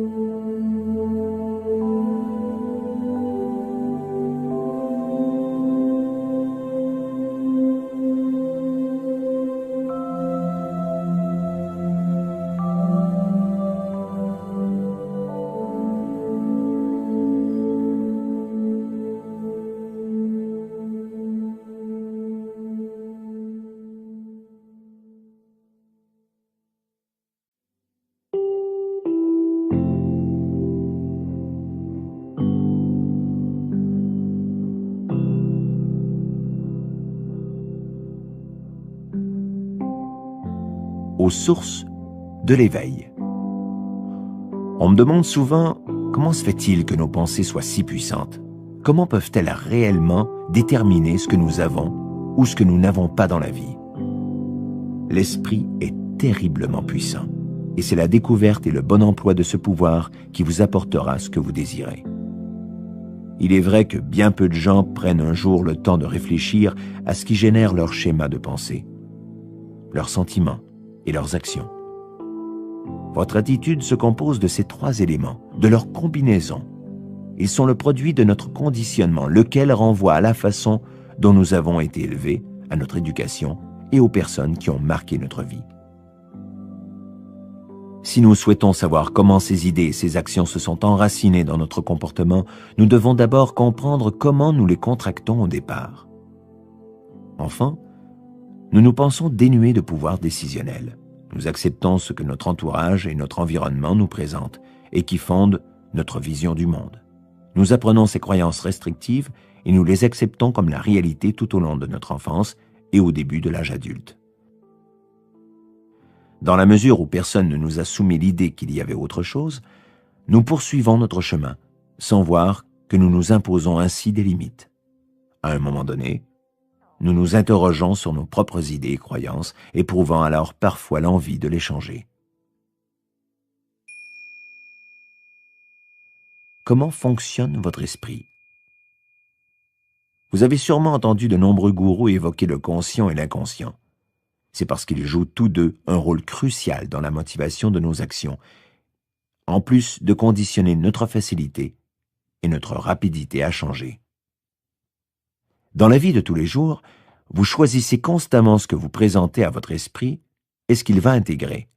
Mais comme la plupart des gens, vous n'avez probablement pas conscience qu'il s'agit là d'un choix. C'est l'une des raisons pour lesquelles il est si important de bien choisir votre entourage et votre environnement. L'inconscient renvoie au cerveau émotionnel ou aux sentiments. Comme nous l'avons vu, ce sont nos émotions qui invoquent la loi d'attraction et nous apportent ce sur quoi nous fixons notre esprit. Si nous nous forgeons une idée positive du cours des événements ou sur la façon de réagir aux événements fâcheux qui nous arrivent, l'inconscient pourra susciter, voire suscitera même ce dénouement heureux. Le message encourageant à tirer de cette compréhension sur le fonctionnement de l'inconscient, c'est qu'il nous est possible de contrôler l'activité de notre esprit conscient et surtout d'apprendre à multiplier ses effets positifs sur notre existence. À force de répéter ces pensées, elles se concrétiseront dans notre vie. L'une des façons de modifier vos croyances négatives sur vous-même consiste à changer vos habitudes mentales. Celles-ci renvoient au discours intérieur que vous ne cessez de répéter. Vous pouvez adopter des habitudes mentales positives comme « je m'aime tel que je suis » ou « il va m'arriver de belles choses parce que j'espère tous les jours des miracles » ou « l'univers m'aime ». Avez-vous une habitude mentale qui confirme une croyance sur vous-même? Vous est-elle profitable ou confirme-t-elle une croyance que vous aimeriez modifier? Les paroles d'un parent ou d'un être aimé peuvent à jamais modeler votre croyance sur votre potentiel et votre capacité de changer, si vous le permettez. Vous avez peut-être des parents ou des amis qui vous répètent sans cesse d'arrêter de rêvasser et de revenir à la réalité. C'est à vous de décider si oui ou non vous allez les laisser limiter votre vie. Savoir que vous avez les pleins pouvoirs sur votre propre destin, peu importe ce qu'il arrive et ce que disent les autres, vous donnera la liberté de découvrir qui vous êtes vraiment et de définir qui vous serez demain. Voici l'histoire de Peggy et de sa victoire sur certaines idées qui l'empêchaient de réussir. En février 2008, j'ai décidé de me prendre en main et d'établir une fois pour toutes mon objectif professionnel. Je dirigeais depuis presque 5 ans une entreprise florissante de toilettage animalier. Mon cœur n'y était pas, et j'y mettais beaucoup d'énergie que j'aurais voulu consacrer à mes passions. Au fil des ans, j'avais reçu plusieurs offres de rachat pour mon commerce, mais je traînais des pieds. Je ressentais un manque qui m'imposait un sentiment paralysant de persécution et de peur. J'ai lu et relu le facteur d'attraction de Joe Vitale. Rien ne semblait se produire. J'ai noté sur papier un chiffre et une date limite pour le rachat de mon entreprise. Je me suis forgé une vision merveilleuse du confort et de l'argent que j'allais bientôt retrouver. J'ai lâché prise. Je savais qu'il me fallait clarifier mes idées, alors j'ai acheté un programme audio de mise au clair et je l'ai écouté tous les jours en écrivant mes pages du matin. Dès le premier jour d'écoute, j'ai compris le rôle qu'il me fallait jouer pour connaître le succès. J'ai finalement appelé le dernier acheteur potentiel qui m'avait écrit à la mi-mars et nous avons conclu un accord moins d'une semaine après. J'ai reçu en espèces la somme exacte que j'avais notée et 10 000 $ supplémentaires sous forme de versement mensuel, tout ça 2 jours avant la date limite que j'avais fixée. La leçon, c'est de prendre les rênes de son propre destin. Il ne suffit pas d'écrire et de visualiser, il faut être à l'affût des outils que nous donne l'univers, puis de les utiliser. La loi d'attraction agit si l'on attrape les perches que l'univers nous tend. Voilà en quoi consiste la loi d'attraction. Faire le travail. Vouloir que les choses se déroulent aisément et sans effort me semblait autrefois suffire pour que quelqu'un apparaisse devant moi chèque en main sans que j'aie quoi que ce soit à faire. Maintenant, je vois clairement le rôle que joue mon libre arbitre dans l'obtention de chaque cadeau que je reçois. L'univers veut me voir heureuse et me donnera tous les outils dont j'ai besoin pour réaliser mes rêves. Une personne prisonnière du cercle vicieux du pauvre de moi dira des choses telles que « Mon patron me rabaisse constamment. Je n'ai tout simplement pas de chance. Je n'y peux rien s'il n'y a pas d'emploi en ce moment. Je choisis de garder mon emploi malgré ma frustration et mon insatisfaction. Je choisis de fréquenter des personnes que je n'apprécie pas parce que j'ai peur de m'engager. J'aime que les gens me prennent en pitié parce que j'ai vraiment la vie dure. » Le faiseur d'excuses a lui aussi adopté un comportement destructeur qui renforce ses croyances restrictives. On l'entend souvent dire « Je suis trop fatigué. Je manque de temps. J'ai déjà trop de responsabilités. Je suis trop vieux.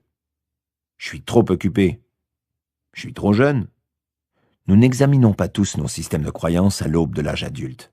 En fait, nous pouvons très bien ne pas le faire et vivre sans voir que quelque chose ne tourne pas rond, jusqu'à ce qu'un élément déclencheur nous pousse à rechercher qui nous sommes vraiment et ce que nous croyons réellement. Il peut s'agir d'une insatisfaction générale devant la vie que nous menons, d'autant plus si elle n'est pas conforme à nos attentes. Ce déclencheur peut revêtir n'importe quelle forme ou presque. Il nous amène simplement à remettre en question ce que nous considérons depuis toujours ou presque comme la vérité. L'une des merveilles de l'être humain tient à sa capacité de se transformer lui-même. Une partie de votre discours intérieur porte peut-être sur le fait que vous n'êtes pas assez intelligent, que vous ne vous intéressez pas aux bonnes choses, ou que vos désirs sont hors de portée. Un vieux dicton dit que la misère attire la misère. Aussi n'est-il pas étonnant que bien des personnes dans votre famille ou parmi vos pairs nourrissent un discours intérieur analogue. Malheureusement, lorsque quelqu'un dans un groupe s'efforce d'aller plus loin que ce à quoi tous ses membres sont habitués, la réaction de ces derniers sera plus souvent négative que positive. Toutefois, si ce groupe vous retient, vous devez avancer, même si cela vous oblige à briser certains liens. Notre mentalité de groupe se fonde principalement sur nos peurs, la peur de l'échec, la peur de l'inconnu, la peur de perdre ce que l'on possède. Si votre famille et vos amis réagissent négativement à votre envie de changer et cherchent à vous freiner, ils sont néanmoins convaincus de vous sauver du naufrage. Si vous examinez de près leurs réactions, vous verrez que leurs paroles dissuasives ne sont pas motivées par un manque d'affection envers vous, mais par leur propre peur. Ils souhaitent que vous restiez avec eux dans cette zone de sécurité. Ce phénomène plonge bien des gens dans un état d'impuissance. Certains passeront leur vie entière dans ces limbes, aspirant à une vie meilleure sans toutefois avoir le cran de la concrétiser. La première chose à faire pour mettre fin à cet état d'impuissance, c'est d'épurer votre esprit du discours négatif découlant de votre programmation interne. S'il vous vient à l'esprit une pensée négative, coupez court à votre réflexion et supprimez cette pensée de votre esprit. Vous pouvez maintenant la remplacer par une pensée positive. On distingue 3 grandes catégories de discours destructeurs. Il est à parier que vous correspondez à au moins une de ces catégories. Il s'agit du regret, de l'indécision et de la peur. Le regret. Les regrets hantent l'esprit de certaines personnes qui deviennent alors hésitantes et exagérément prudentes. S'ils sont si destructeurs, c'est à cause de l'histoire que vous vous forgez lorsque vous pensez au « et si ». Et si j'avais dit oui à cette occasion d'affaires? Et si je n'avais pas cédé et commis cette erreur ridicule? Et si j'avais gardé mes pensées pour moi? Et si j'avais terminé mes études? Ce type de discours destructeur ne fait qu'empirer avec le temps. Si vous n'apprenez pas à vous mettre au clair et à vous libérer du passé, il prendra toujours plus d'ampleur. L'indécision. Même si la vie quotidienne est remplie de circonstances qu'on peut voir comme positives, ils adoptent devant leur vie une attitude négative. Par exemple, craignant de prendre de mauvaises décisions, ils n'en prennent aucune. Ce discours négatif ressemble un peu à ceci. Je croule sous les dettes et je n'arrive pas à payer mes mensualités. Que puis-je faire? Je viens de perdre mon emploi. Que vais-je dire à ma famille? La meilleure arme contre l'indécision, c'est la clarté d'intention. Concentrez-vous sur les solutions. Prenez une feuille de papier et notez chacune des options ou solutions qui vous viennent à l'esprit. En vous permettant d'explorer toutes les possibilités, vous avancerez. Le secret pour bien gérer le stress de la vie quotidienne consiste à agir coûte que coûte, même si l'indécision vous harcèle. La peur. L'arme ultime de la peur réside dans le pouvoir du « et si ». Ce discours destructeur met l'accent sur les problèmes éventuels et non les opportunités. Que vais-je faire si je suis licencié? Si je tombe malade? Si je n'arrive pas à payer mes factures? Si je ne trouve pas de conjoint? Si mon époux divorce? Si vous regardez vers l'avenir et cherchez des solutions, vous retrouverez une certaine emprise sur votre vie. L'histoire de Holly est intéressante, car elle a fixé son attention sur ce qu'elle désirait vraiment. J'ai été placé en adoption à 3 ans. À cet âge-là, j'avais les dents complètement pourries à cause du mauvais régime alimentaire que m'avait imposé ma famille d'origine. On m'a arraché presque toutes mes dents de bébé et mes dents d'adulte ont fini par pousser, de travers et avec une canine en trop. J'avais vraiment besoin de broches, mais ma mère n'avait pas les moyens de me les payer.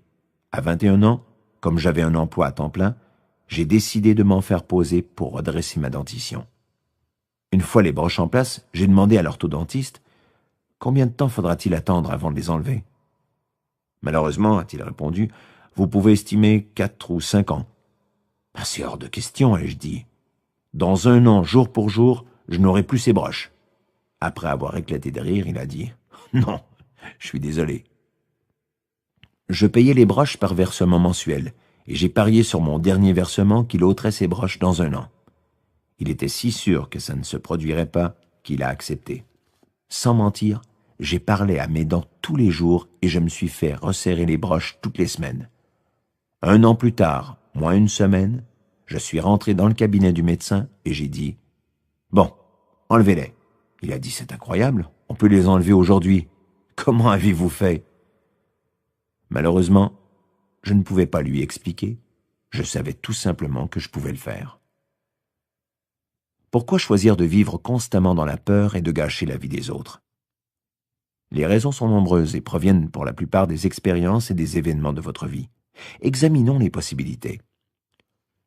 Un conflit avec un parent ou un collègue a pu favoriser en vous une attitude fondée sur le ressentiment et la peur. Sentez-vous la colère ressurgir chaque fois que vous voyez cette personne? Lui souhaitez-vous du mal? Si oui, c'est que vous ne vous en êtes pas libéré. C'est vous qui en souffrez le plus. Et il peut même envenimer vos relations actuelles. Renoncez-vous à endosser de nouvelles responsabilités pour éviter le risque d'échouer? Critiquez-vous les autres plutôt que de les féliciter de leur réussite? Refusez-vous d'aider vos collègues par peur qu'ils ne convoitent votre poste?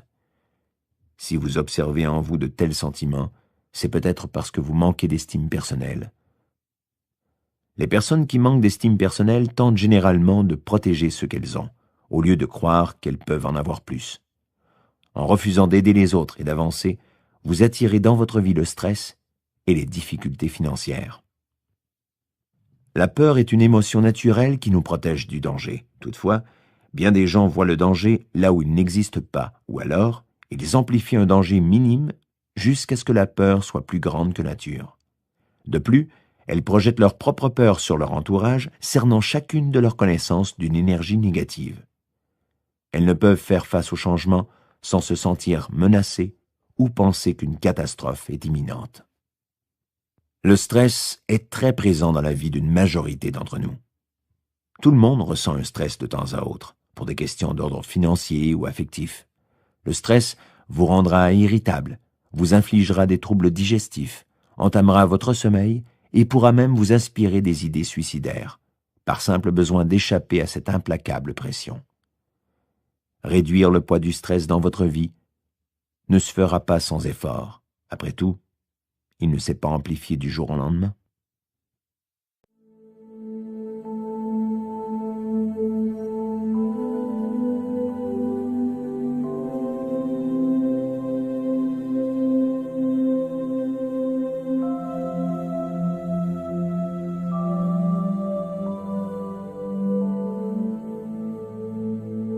L'attitude de gratitude.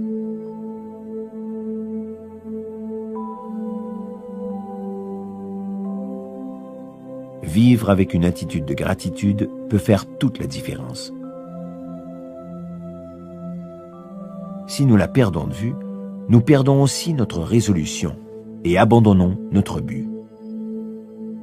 Mon but, c'est de faire les choses que j'aime et d'aider les autres à révéler leur plein potentiel. Chaque matin, je m'assois au bord du lit et je dis tout haut, je suis vraiment reconnaissant de vivre cette journée.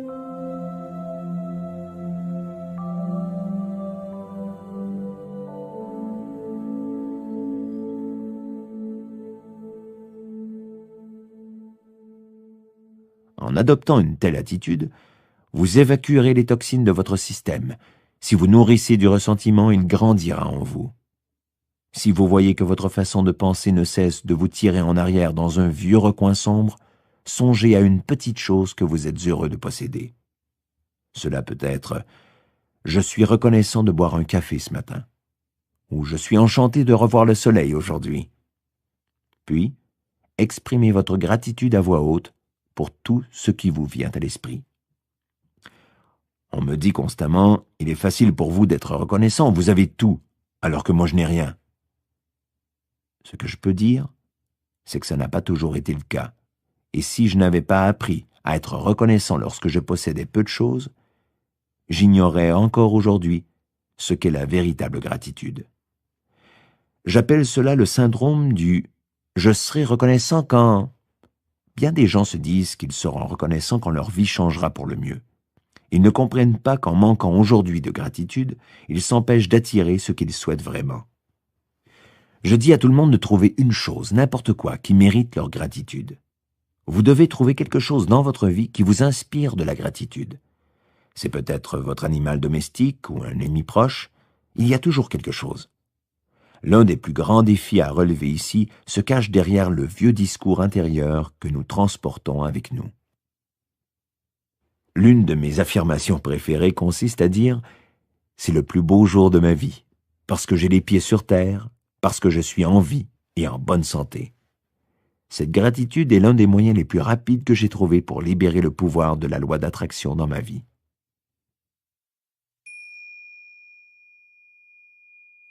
La gratitude modifie votre perspective des choses. Si vous avez l'attitude de gratitude, vous serez toujours reconnaissant d'une chose ou d'une autre, ce qui créera de l'énergie positive et vous aidera à attirer l'abondance aujourd'hui comme demain, peu importe votre passé. Comme je l'ai appris au fil des ans, la vie se compose en partie de ce qu'il m'arrive et surtout de ma réaction à ce qu'il m'arrive. Au lieu de me sentir mal ou en colère face aux événements, je peux y réagir comme je l'entends. Je peux voir dans chaque expérience une leçon ou une chance et en être reconnaissant. Vous êtes chaque jour responsable de votre propre attitude. Ce n'est la faute de personne d'autre. Ne laissez pas les autres vous dire quoi ressentir ou comment agir.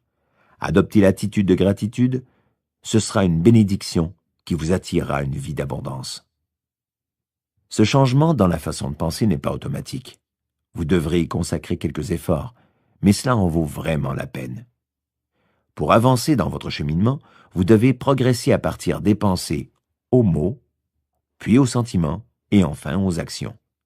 Ne restez pas assis à vous dire que ce que vous souhaitez est irréaliste. C'est possible et vous le savez. Il y a des étapes à suivre pour atteindre le but recherché. La reconnaissance de ce que vous avez et de ce que vous attirez dans votre vie est une étape importante de ce processus.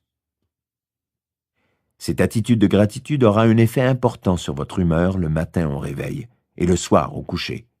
Votre entourage, vos amis se demanderont ce qui a changé en vous. Que se passe-t-il? Vous êtes différent. Vous allez tellement mieux qu'avant. Il est en votre pouvoir de nourrir et d'exploiter cette gratitude dans votre vie quotidienne. Il n'y a pas de moyen plus efficace que la gratitude pour attirer la loi d'attraction. La gratitude est idéale pour élever vos vibrations. Vous devez l'exprimer dans chaque sphère de votre vie. Enfant, on vous a appris à dire merci. Merci pour le verre d'eau, pour le morceau de chocolat ou pour le cadeau. Pour la plupart d'entre vous, ce n'était pas une bonne idée que d'oublier de dire merci. Cette pratique de la gratitude vous a accompagné dans l'âge adulte et vous êtes aujourd'hui reconnaissant d'avoir notamment les choses suivantes: un foyer, une famille, des amis, un emploi, des biens matériels. Votre gratitude porte sur votre cadre de vie actuel et sur vos biens matériels. Vous êtes conditionné à ce type de gratitude depuis l'enfance, à dire merci automatiquement sans réellement avoir le temps de réaliser ce que vous avez. C'est vrai, mieux vaut exprimer de la gratitude que de ne pas en exprimer du tout, mais cette sorte de gratitude n'active pas la loi d'attraction. La gratitude inopérante n'est pas assez puissante pour activer la loi d'attraction. Ce n'est qu'une solution de fortune inapte à résoudre un problème plus vaste qu'il n'y paraît. Par opposition, la gratitude opérante renvoie à une compréhension intime des choses qui génèrent une incroyable prospérité. La gratitude opérante est le fait non seulement de remercier la vie pour vos biens matériels, mais aussi d'apprécier davantage votre vie tout entière, l'ensemble de vos pensées, votre état émotionnel, vos problèmes et épreuves dans la vie, votre conscience éclairée, quiconque vous blesse, la moindre de vos erreurs. Peut-être avez-vous pensé en lisant ces lignes: pourquoi serais-je reconnaissant envers quelqu'un qui m'a blessé? Eh bien, la réponse est simple. Soyez simplement reconnaissant d'exister dans l'univers. Votre situation importe peu. Le fait d'exister et la raison de votre existence sont les seules choses qui comptent. Vous serez progressivement reconnaissant de tout ce qui fait votre vie, de chaque haut et de chaque bas, de chaque tribulation de l'existence. La gratitude opérante est synonyme de prospérité. La pleine prospérité est impossible à atteindre sans véritable gratitude. Aussi, si vous souhaitez accroître votre prospérité, vous devez privilégier la gratitude la plus profonde. Plus vous serez reconnaissant, plus votre prospérité s'étendra, attirant ainsi une plus grande abondance dans votre vie. Voilà pourquoi le fait de cultiver la gratitude va de pair avec la loi d'attraction. Vous devez transformer votre mode de pensée en remplaçant les attentes par la gratitude. Exprimez constamment votre gratitude, et ce, même si les circonstances sont difficiles. Ne gâchez pas votre temps à ressasser tout ce que vous n'avez pas et tout ce qu'il vous manque dans la vie. Pensez plutôt à la prospérité et au bonheur de votre existence, et ainsi, c'est ce que vous recevrez. Voici quelques conseils pour exprimer votre gratitude. Faites de la gratitude une habitude. Dire merci ne prendra que quelques minutes de votre temps, et pourtant, cela aura un effet incroyable sur l'univers. Entraînez-vous, entraînez-vous, entraînez-vous. Dites sans cesse merci. C'est reconnaître les cadeaux de l'univers. Remerciez toutes les personnes dans votre vie. Soyez reconnaissant envers toute personne qui vous a donné la moindre parcelle d'abondance. On ne sait jamais. En les remerciant, vous leur apprendrez peut-être sans le savoir à éprouver davantage de gratitude pour leur propre existence. Rendez grâce chaque jour à l'univers. Faites de votre pratique un rituel. Élaborez vos propres rituels. Rendez grâce à chaque jour. Dites merci pour la merveilleuse nature qui nous entoure. Formulez un simple mot de remerciement avant les repas. Notez tout ce qui fait votre abondance. À l'heure qui vous convient, le matin, en après-midi ou en soirée, notez chacune des belles choses qui se sont produites dans votre vie. Réservez-vous du temps pour faire seul une activité qui vous procure du plaisir. Cela vous apaisera et vous aidera à poser un regard plus positif sur la vie. Prenez un moment pour dire votre gratitude. La méditation, la prière et la réflexion spirituelle sont de précieux outils qui vous aideront à renouer avec l'univers. Affichez tout autour de vous des penses bêtes sur la gratitude, par exemple sous forme d'une citation inspirante, d'une carte donnée par un proche ou d'une photo d'un paysage magnifique.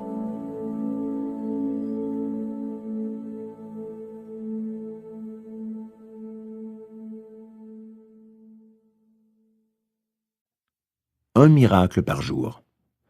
Ce que je préfère dans mon enseignement sur les miracles, ce sont toutes les histoires merveilleuses que me racontent des gens qui pourraient être vous, des gens comme les autres, qui ont appris à maîtriser le pouvoir de la loi d'attraction et à espérer des miracles dans leur vie. Trouver sa passion. À l'été 2004, j'ai entamé un bilan de ma vie. Je n'aimais pas du tout la tournure qu'elle prenait. J'étais dans le secteur automobile, responsable de la paye dans l'entreprise de mon père, où j'allais bientôt être nommé responsable des ressources humaines et de la paye. Enchanté à l'idée de me voir confier une telle responsabilité, j'étais aussi un brin pétrifié. Quelque chose ne tournait pas rond. Je ressentais un manque. Je me suis efforcé d'apprendre absolument tout ce qu'il me fallait savoir pour remplir mes fonctions. J'ai assisté à des conférences dans l'espoir de trouver le chaînon manquant qui allait unifier le tout et faire de mon poste l'emploi de mes rêves. Ce chaînon manquant ne s'est jamais révélé, alors j'ai peu à peu voulu sortir de là. Je savais au plus profond de moi qu'il existait dans la vie une activité qui me serait gratifiante, tant sur le plan spirituel que financier. Ainsi, j'aurais adoré travailler avec les animaux. Mais comme il m'est impossible de les voir souffrir, le métier de vétérinaire était hors de question. J'adorais faire du bénévolat à la Société protectrice des animaux, toutefois je n'aurais jamais pu y gagner ma vie. Il devait y avoir quelque chose pour moi quelque part. J'en étais persuadé. À cette époque-là, je n'avais jamais entendu parler de la loi d'attraction. J'ai grandi auprès d'un père qui insistait rigoureusement sur la nécessité de travailler très fort si l'on voulait réussir dans la vie. L'argent ne poussait pas dans les arbres. Il ne m'a que rarement félicité de mes bonnes notes à l'école et le faisait d'autant moins s'il trouvait quelque chose à redire. Ce n'était jamais assez bien pour lui, et je devais travailler toujours plus fort. Nous sommes nombreux à avoir vécu la même chose, et je sais que je ne suis pas seul dans ce cas. La loi d'attraction aurait certainement attiré les moqueries de mon père. En grandissant, j'ai progressivement remis en question sa théorie selon laquelle la conformité et un travail acharné étaient les seules clés du succès. À mes yeux, cela n'avait aucun sens. Pourquoi les gens chercheraient-ils délibérément à se rendre malheureux? Je n'aimais pas mon poste aux ressources humaines, et j'ai fini par faire le strict minimum au travail. C'était évidemment peu gratifiant, et il me fallait agir. Mais comment? 2 ans après avoir entamé mes recherches pour trouver ce quelque chose, je suis tombé sur une occasion d'affaires trop belle pour être vraie. Il s'agissait en 2 mots d'enseigner la loi d'attraction et d'aider les autres à parcourir le chemin que j'avais moi-même emprunté. C'était la plus belle chose qui m'était jamais arrivée. On m'a fait découvrir le film Le Secret et j'ai alors su que j'avais trouvé ce que je cherchais. Aider les autres est ma passion et j'avais là l'opportunité de m'y adonner tout en gagnant ma vie. Comment était-ce possible? Comment avais-je trouvé les 2 choses que je cherchais et qu'on me présentait sur un plateau d'argent? La réponse est dans la loi d'attraction. Je pensais que cette entreprise m'avait trouvé par hasard. Toutefois, j'ai peu à peu compris que c'était en fait moi qui l'avais attirée. J'aspirais à la liberté spirituelle, émotionnelle, financière, et en lançant mes vœux dans l'univers jusqu'au moindre détail, j'ai été exaucé. Je n'ai désormais plus de stress ni de soucis. Tous mes amis et même ma famille m'ont vu me transformer et me témoignent aujourd'hui un profond respect. Je me suis laissé guider par ma passion, malgré toute la négativité que j'avais reçue, et aujourd'hui, je réalise mon rêve. Tout cela grâce à la loi d'attraction, bien plus puissante que je ne pouvais l'imaginer. Rien d'autre qu'un filet. Il y a 6 semaines environ, j'ai déménagé de Long Beach en Californie à Vancouver dans l'État de Washington. Je manquais d'argent, mais je savais qu'il me fallait déménager. Saute et le filet apparaîtra. En bref, j'ai fait tout ce qu'il fallait. J'ai trouvé un logement et vendu beaucoup de choses pour pouvoir payer mon essence. Le jour de mon départ de Vancouver, après avoir vendu la plupart de mes biens et amassé de quoi payer l'essence, mais pas le loyer, je suis sorti en voiture faire une course et voilà qu'un homme a surgi devant moi de nulle part. Impossible de ne pas lui rentrer dedans. J'ai paniqué, puisque je devais quitter la Californie quelques heures plus tard et que mon clignotant était cassé. Qui sait quel autre dommage avait subi mon auto? L'homme s'est toutefois excusé, c'est entièrement de sa faute. Il se sentait mal, mais ne souhaitait pas avoir recours aux assurances, alors il m'a dit « Je vous donne 2000 $ en espèces et vous irez la faire réparer plus tard. » J'ai appelé mon mécanicien, qui, après m'avoir posé quelques questions sur les dommages, m'a dit d'empocher l'argent et de passer au garage pour qu'il répare mon phare. Il a vérifié l'état général du véhicule par sécurité, réparé le phare, et je suis reparti avec une auto à peine amochée. Eh bien, parlez-moi d'un filet qui apparaît de nulle part. J'avais désormais de quoi couvrir mon loyer et mes dépenses en attendant de trouver un emploi dans ma nouvelle ville. S'il avait fallu en faire un scénario, j'ignore comment quelqu'un aurait pu imaginer une telle suite d'événements. J'ai compris avec le temps que j'avais attiré et utilisé la loi d'attraction sans savoir ce que c'était, ni même en connaître le nom.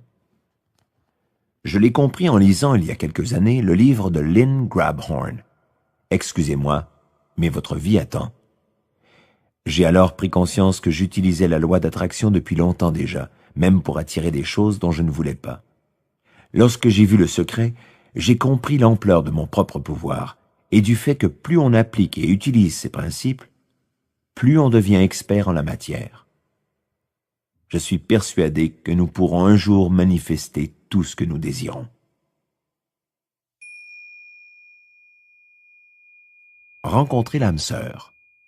Voici l'histoire de cette femme qui a rencontré l'âme sœur. J'avais déjà eu la preuve que les miracles existent et que la loi d'attraction fonctionne. Cela faisait des années que je m'en servais pour manifester de merveilleuses amitiés, de belles maisons et une réussite professionnelle. En 1997, j'ai décidé d'appliquer ces méthodes pour manifester mon âme sœur.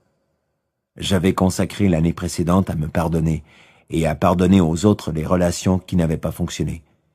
J'avais dressé la liste de ce que je voulais chez un homme et je l'avais envoyé dans l'univers. J'avais coupé tout lien énergétique avec mes anciens amoureux. J'étais intimement persuadé que mon âme sœur existait. J'espérais maintenant qu'un coup de main cosmique facilite notre rencontre.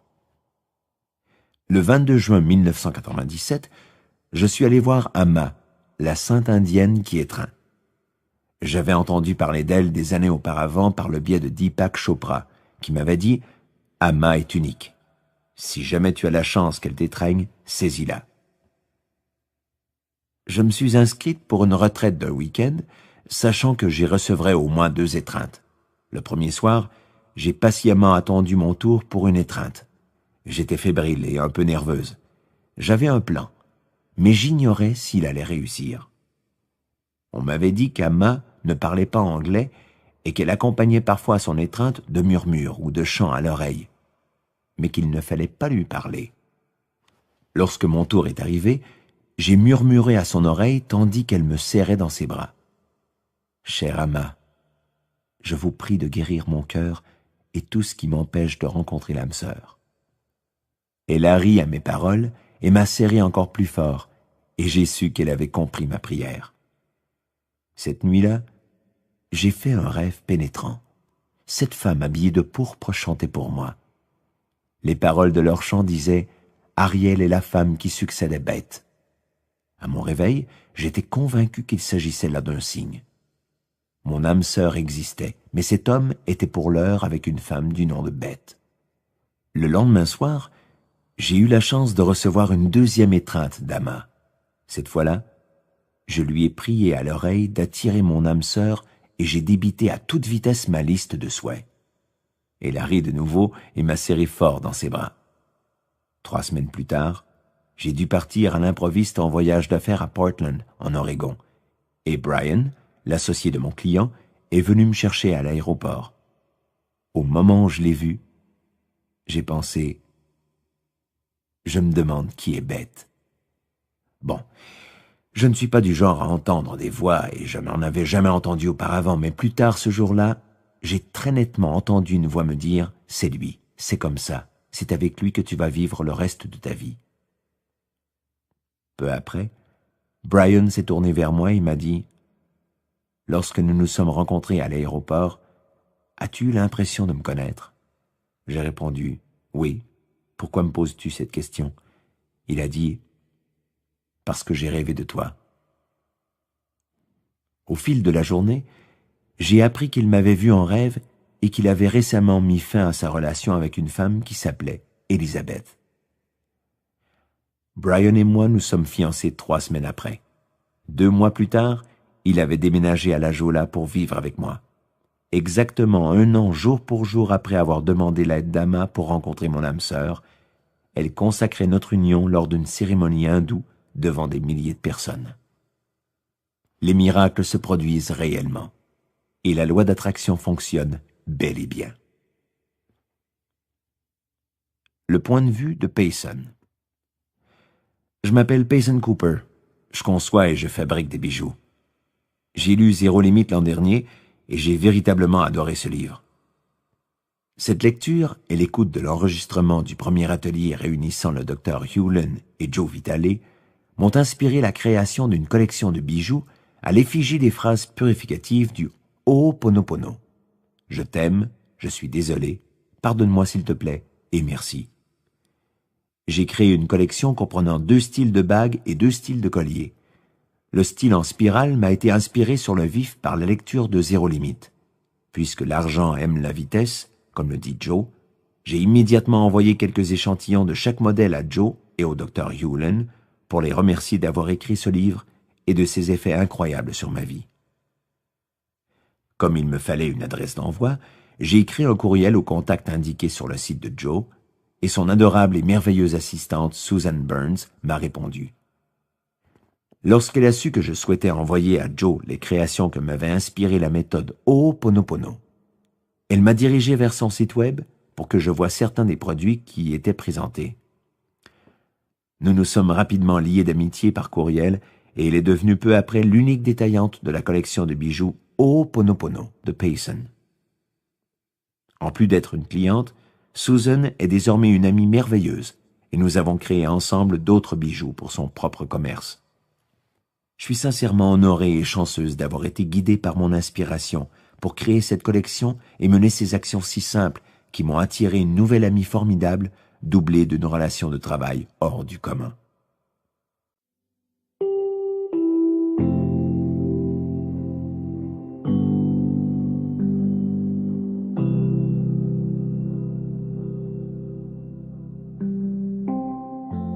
Éveiller le divin en soi.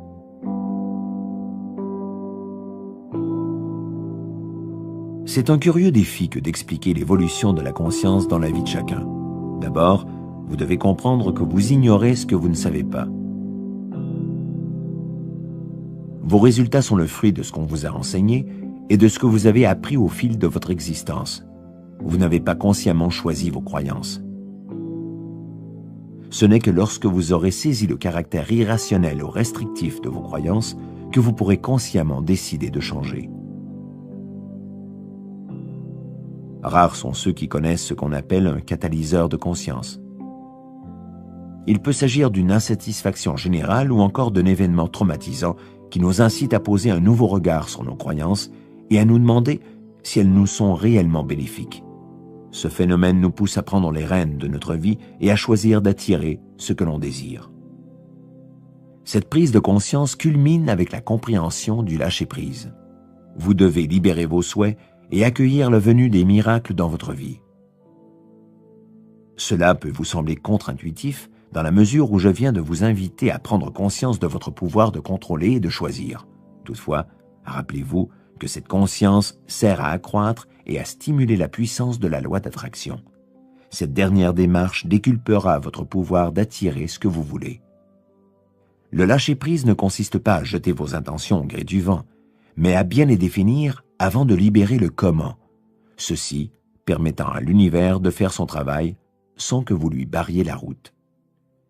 C'est vous qui avez le pouvoir de créer ce que vous voulez dans votre vie. Tout commence par vos intentions. La clé du succès consiste à renverser votre réflexion. Vous devez avant tout cerner votre but dans la vie, votre vocation, vos talents et vos forces, puis vous mettre au travail. La plupart des gens travaillent en espérant découvrir en chemin leur but dans la vie. Avant qu'ils ne s'en rendent compte, la vie leur a filé entre les doigts. La clé du lâcher-prise, c'est de commencer par cerner votre but dans la vie. Le lâcher-prise revêt alors une toute autre dimension. Il s'agit de lâcher prise avec un but en tête et non de lâcher prise en espérant avoir de la chance. Devant une décision difficile à prendre, vous avez toujours le choix, sachant que l'indécision et le fait de ne rien faire constituent bel et bien un choix. Ne restez pas assis en espérant simplement que la loi d'attraction vous vienne en aide. La loi d'attraction vous apportera toujours quelque chose, même si ce n'est pas ce que vous vouliez. Vous êtes responsable de vos propres choix. Bien que cela suscite chez certaines personnes un sentiment d'angoisse, vous pouvez aussi décider de savourer le fait d'avoir entre vos mains le pouvoir de changer tout ce qui ne fait pas votre bonheur. Les plus beaux miracles se produisent lorsqu'on a libéré son intention et que la solution apparaît sans crier gare, sidérante de perfection. Nous savons tous de l'inspiration, des pensées et des idées sur la vie que nous pourrions mener. Toutefois, certaines personnes ne reconnaissent pas ce fait. En nous délestant du comment, nous nous ouvrons aux miracles et nous les accueillons. Il se produit alors toutes sortes de choses. La synchronicité se manifeste de plus en plus fréquemment, les événements coïncident et l'on voit le divin affluer dans sa vie comme le flot d'une rivière. Par exemple, disons que vous souhaitez accroître votre richesse et que vous avez parallèlement un passe-temps qui vous passionne. Puisez à la source et l'éclair d'une pensée naîtra en vous. Et si je faisais ceci ou cela avec mon passe-temps pour en faire une entreprise? Vous vous renseignez, action. Vous élaborez un plan d'affaires, action. Et vous trouvez votre marché. Vous ouvrez votre boutique, en ligne ou autre, ou vous mettez vos produits en consignation dans différents points de vente. Incroyable! L'argent commence à rentrer. L'action inspirée consiste à franchir chaque étape qui se présente à vous. Comme l'a dit Martin Luther King, il n'est pas nécessaire de voir l'escalier tout entier. Montez simplement la première marche. Vous pouvez accomplir n'importe quoi si vous procédez étape par étape. Il en va de même pour créer la vie que vous souhaitez vivre. Si vous essayez d'avoir une vue d'ensemble de votre projet ou une vue d'ensemble de ce que vous désirez dans la vie, vous risquez de prendre peur. La plupart des gens abandonnent avant même de commencer. L'astuce, c'est de se concentrer sur le moment présent, de se concentrer et de faire ce que vous devez faire sur le moment, car c'est là seulement que repose votre pouvoir. Faire confiance. Lâcher prise et faire confiance. Voilà quelque chose qu'on entend souvent si l'on fréquente des gourous du développement personnel, ne serait-ce que brièvement. C'est parfois la meilleure réponse qui soit, lorsqu'on s'interroge sur la manière dont quelque chose va se manifester ou la raison pour laquelle cette manifestation est si longue à venir. Après un temps, ce peut aussi être la seule réponse à donner lorsqu'on n'en a pas d'autre en tête. Comprenez-le bien. Il s'agit là d'un point de compréhension essentiel qui n'est toutefois qu'une simple étape dans votre processus. C'est généralement la meilleure chose à faire pour relâcher la commande manuelle ou cesser la manipulation excessive de la réalité physique qui se fonde sur la peur du changement. Cette étape débouche sur une plus grande conscience de soi. Lorsque nous cherchons à contrôler quelque chose, nous limitons en fait notre création à ce qu'elle est déjà. Nous nous limitons à ce que nous connaissons déjà. La plupart du temps, nous craignons qu'en relâchant notre emprise, les choses tournent au désastre en moins de temps qu'il n'en faut pour dire « lâche prise et fais confiance ». Dans notre apprentissage, pour pouvoir faire confiance à notre propre énergie créative et spontanée, nous devons nous ouvrir à l'inconnu, à ce qui veut naître, comme un artiste devant son chevalet. Par exemple, Si vous ne connaissez que le manque et n'avez vécu que des événements négatifs, vous devrez vous ouvrir à d'autres réalités pour pouvoir créer quelque chose de différent. Toutefois, accepter la vulnérabilité temporaire attachée au fait de ne pas savoir, sans se rétracter et revenir à ce qui nous est familier, exige une force, une détermination et même un certain entraînement. C'est à cela que renvoie l'idée de confiance dont on parle si souvent. L'histoire de Matt illustre à merveille le fait de lâcher prise et de s'ouvrir aux belles choses qui peuvent affluer dans notre vie. J'ai déjà expérimenté la loi d'attraction dans bien des domaines de mon existence. Il m'est même arrivé de ne pas voir son ouvrage avant de repenser ultérieurement à certaines situations. Malheureusement, il s'agissait parfois d'expériences dites négatives, bien que je les vois désormais comme positives et utiles pour ce qu'elles m'ont révélé. Je souffre depuis ma naissance d'une paralysie d'Herb, un déchirement de nerfs attaché à l'épine dorsale qui m'a laissé paralysé du bras gauche. Tout au long de mon enfance, les docteurs nous ont dit à mes parents et à moi que jamais je ne pourrais nager, pratiquer un sport ou jouer d'un quelconque instrument de musique. C'était la vision qu'ils avaient dans leur tête et ce qu'ils avaient observé chez d'autres. Pour ma part, je ne voyais pas ma vie comme le voyaient mes parents. J'ai décidé d'apprendre à nager. Même si c'était dur au départ, je faisais des cercles dans l'eau parce que mon bras droit était beaucoup plus fort que mon bras gauche. Je m'étais fixé l'objectif de nager toute une longueur, et un jour, j'y suis parvenu. J'ai aussi nourri dès mon jeune âge une passion pour le cricket. Je voulais jouer pour mon comté et être capitaine de l'équipe du village. Je me suis appliqué et j'ai visualisé ces résultats de toutes mes forces. Mon entraîneur a fini par m'inscrire aux épreuves du comté et j'ai gagné ma place dans l'équipe locale. J'ai joué en semi-professionnel pendant 5 ans. J'ai été capitaine d'équipe à l'université et aujourd'hui, je dirige l'équipe locale. Je sais que tout est possible pour autant qu'on le veuille vraiment. La passion et l'émotion sont tout ce dont on a besoin. Par le passé, j'ai eu des expériences négatives d'intimidation à l'école. À l'époque, je n'arrêtais pas de penser aux injures et aux méfaits que perpétraient certains enfants. Je comprends aujourd'hui que cette obsession m'attirait plus encore, ce dont je ne voulais pas. Ce n'est que le jour où je les ai ignorés que ces difficultés se sont évanouies et que je suis devenu l'un des jeunes les plus populaires de l'école. J'attirais aussi de très bons résultats scolaires. Je me souviens d'avoir écrit les notes que je souhaitais obtenir 1 mois avant un certain examen. J'ai formulé ma demande à l'univers, puis j'ai lâché prise. Le jour où les résultats ont été publiés, j'ai découvert avec surprise que mes notes correspondaient précisément à celles que j'avais écrites avant l'examen. J'ai étudié les beaux-arts à l'université, centrant mon travail sur la frustration que m'inspirait le monde. Je peignais la guerre et le terrorisme. Je voulais sensibiliser les gens aux besoins de changer le monde. Le problème, c'est que ça m'aspirait vers le bas. Mes notes chutaient. J'étais très en colère. Je partageais une maison avec 8 autres personnes. Je souffrais de nuits sans sommeil. 2 de mes colocataires écoutaient de la musique très négative, qu'ils faisaient jouer très fort jusque tard dans la nuit. J'étais vraiment déprimé, mais je ne savais pas pourquoi.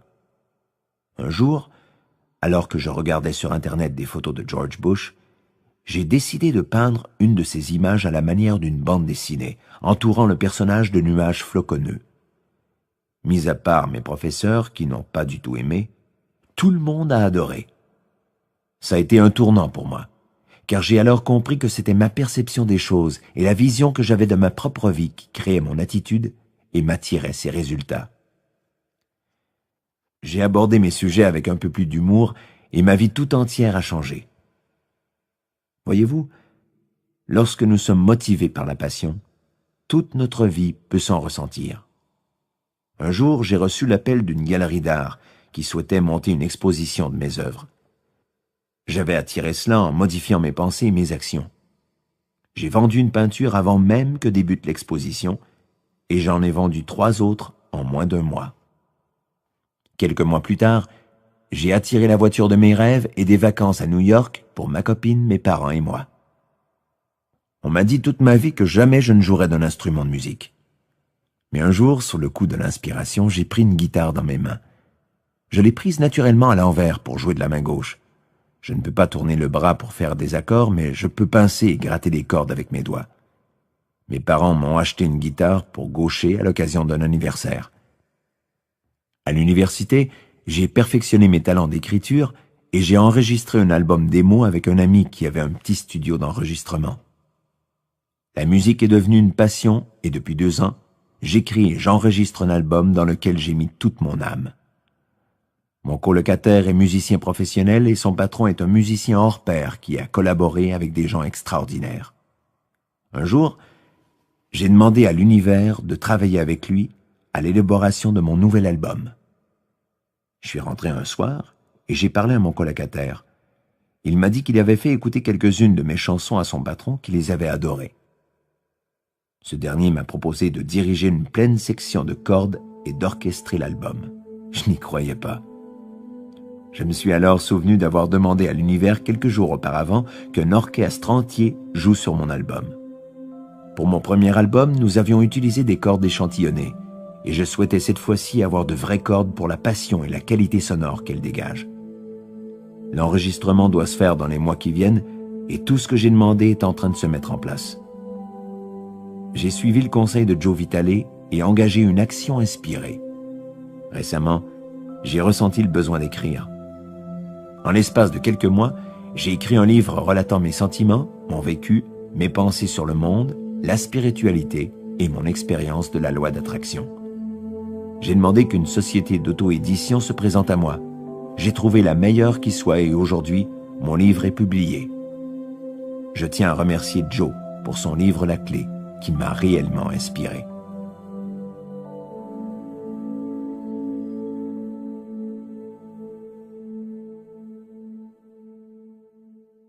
Souvent, lorsqu'une personne rejette l'idée de lâcher prise et de faire confiance, c'est qu'elle refuse de se laisser porter. Elle veut trop et ne cesse de se taper la tête contre les murs, courant d'un obstacle à l'autre. En faisant confiance à votre inspiration lorsqu'elle vous dit quoi faire et en vous libérant du besoin de contrôler, la voie à prendre vous apparaîtra clairement. Fiez-vous au divin que vous abritez dans votre être et suivez ce guide intérieur. En cessant de vouloir à tout prix tout savoir de la moindre situation, vous vous permettez d'accepter et d'apprendre, et vous trouverez alors le bon chemin. C'est comme si vous marchiez dans une rivière. Si vous tenez à savoir où sera le prochain appui stable sur lequel poser votre pied, vous aurez l'impression de remonter le courant. Par contre, si vous vous laissez aller et que vous permettez à la rivière de faire le travail à votre place, la vie sera beaucoup plus facile. La loi d'attraction est le courant qui vous portera bien au-delà de ce que vous pourriez imaginer. Mais elle ne fonctionnera que si vous lâchez prise et que vous l'autorisez à agir. Perdez cette habitude de stresser constamment et de vous soucier des détails. C'est la preuve que vous n'avez pas abandonné le besoin de contrôler. Cela nécessite parfois un peu d'entraînement. Vous aurez peut-être du mal à le croire, mais j'ai longtemps été introverti plus jeune. Je ne me serais jamais cru capable de parler devant un auditoire, encore moins dans un film ou une vidéo. Aujourd'hui, il m'est inconcevable de ne pas le faire. Lorsque je me suis libéré de la peur et du besoin de tout contrôler dans ma vie, elle s'est grandement améliorée. J'ai toujours un sourire aux lèvres lorsque des personnes me confient découvrir avec étonnement à quel point leur vie s'est embellie depuis qu'elles se sont écartées du chemin. Cessez de vouloir gérer les petits détails et permettez au divin de créer des miracles dans votre vie, jour après jour. Lorsque vous aurez pleinement intégré l'idée que les miracles peuvent se produire quotidiennement dans votre vie, vous les accueillerez sans retenue. Je reste pour ma part souvent surpris de les voir se produire. C'est sûrement parce que je les remarque plus qu'avant, mon esprit s'étant délesté de tous ces petits détails sur lesquels je souhaitais avoir prise. Je m'en décharge aujourd'hui et l'espace libéré me permet d'accepter les cadeaux de la vie. Vous aussi, vous pouvez en profiter. En fait, vous en profitez déjà. Vous êtes à l'instant même debout dans la rivière. Mais soit vous remontez le courant, soit vous vous laissez porter par les flots. La question est, êtes-vous prêt à lâcher prise? Votre défi. Maintenant, Qu'allez-vous faire de ce que vous avez appris? Je souhaite vous mettre au défi. Je veux que vous voyiez plus grand que vous ne l'avez jamais fait. Je veux que vous osiez faire quelque chose de digne. Après tout, si vous pouviez avoir, faire ou être ce que vous voulez, qu'est-ce que ce serait? Si vous saviez que vous n'alliez pas échouer, que feriez-vous? Si vous gagniez des millions de dollars à la loterie, si vos factures étaient payées et votre avenir assuré, que feriez-vous alors? Quelle que soit votre réponse, faites-le maintenant. Osez faire quelque chose de digne.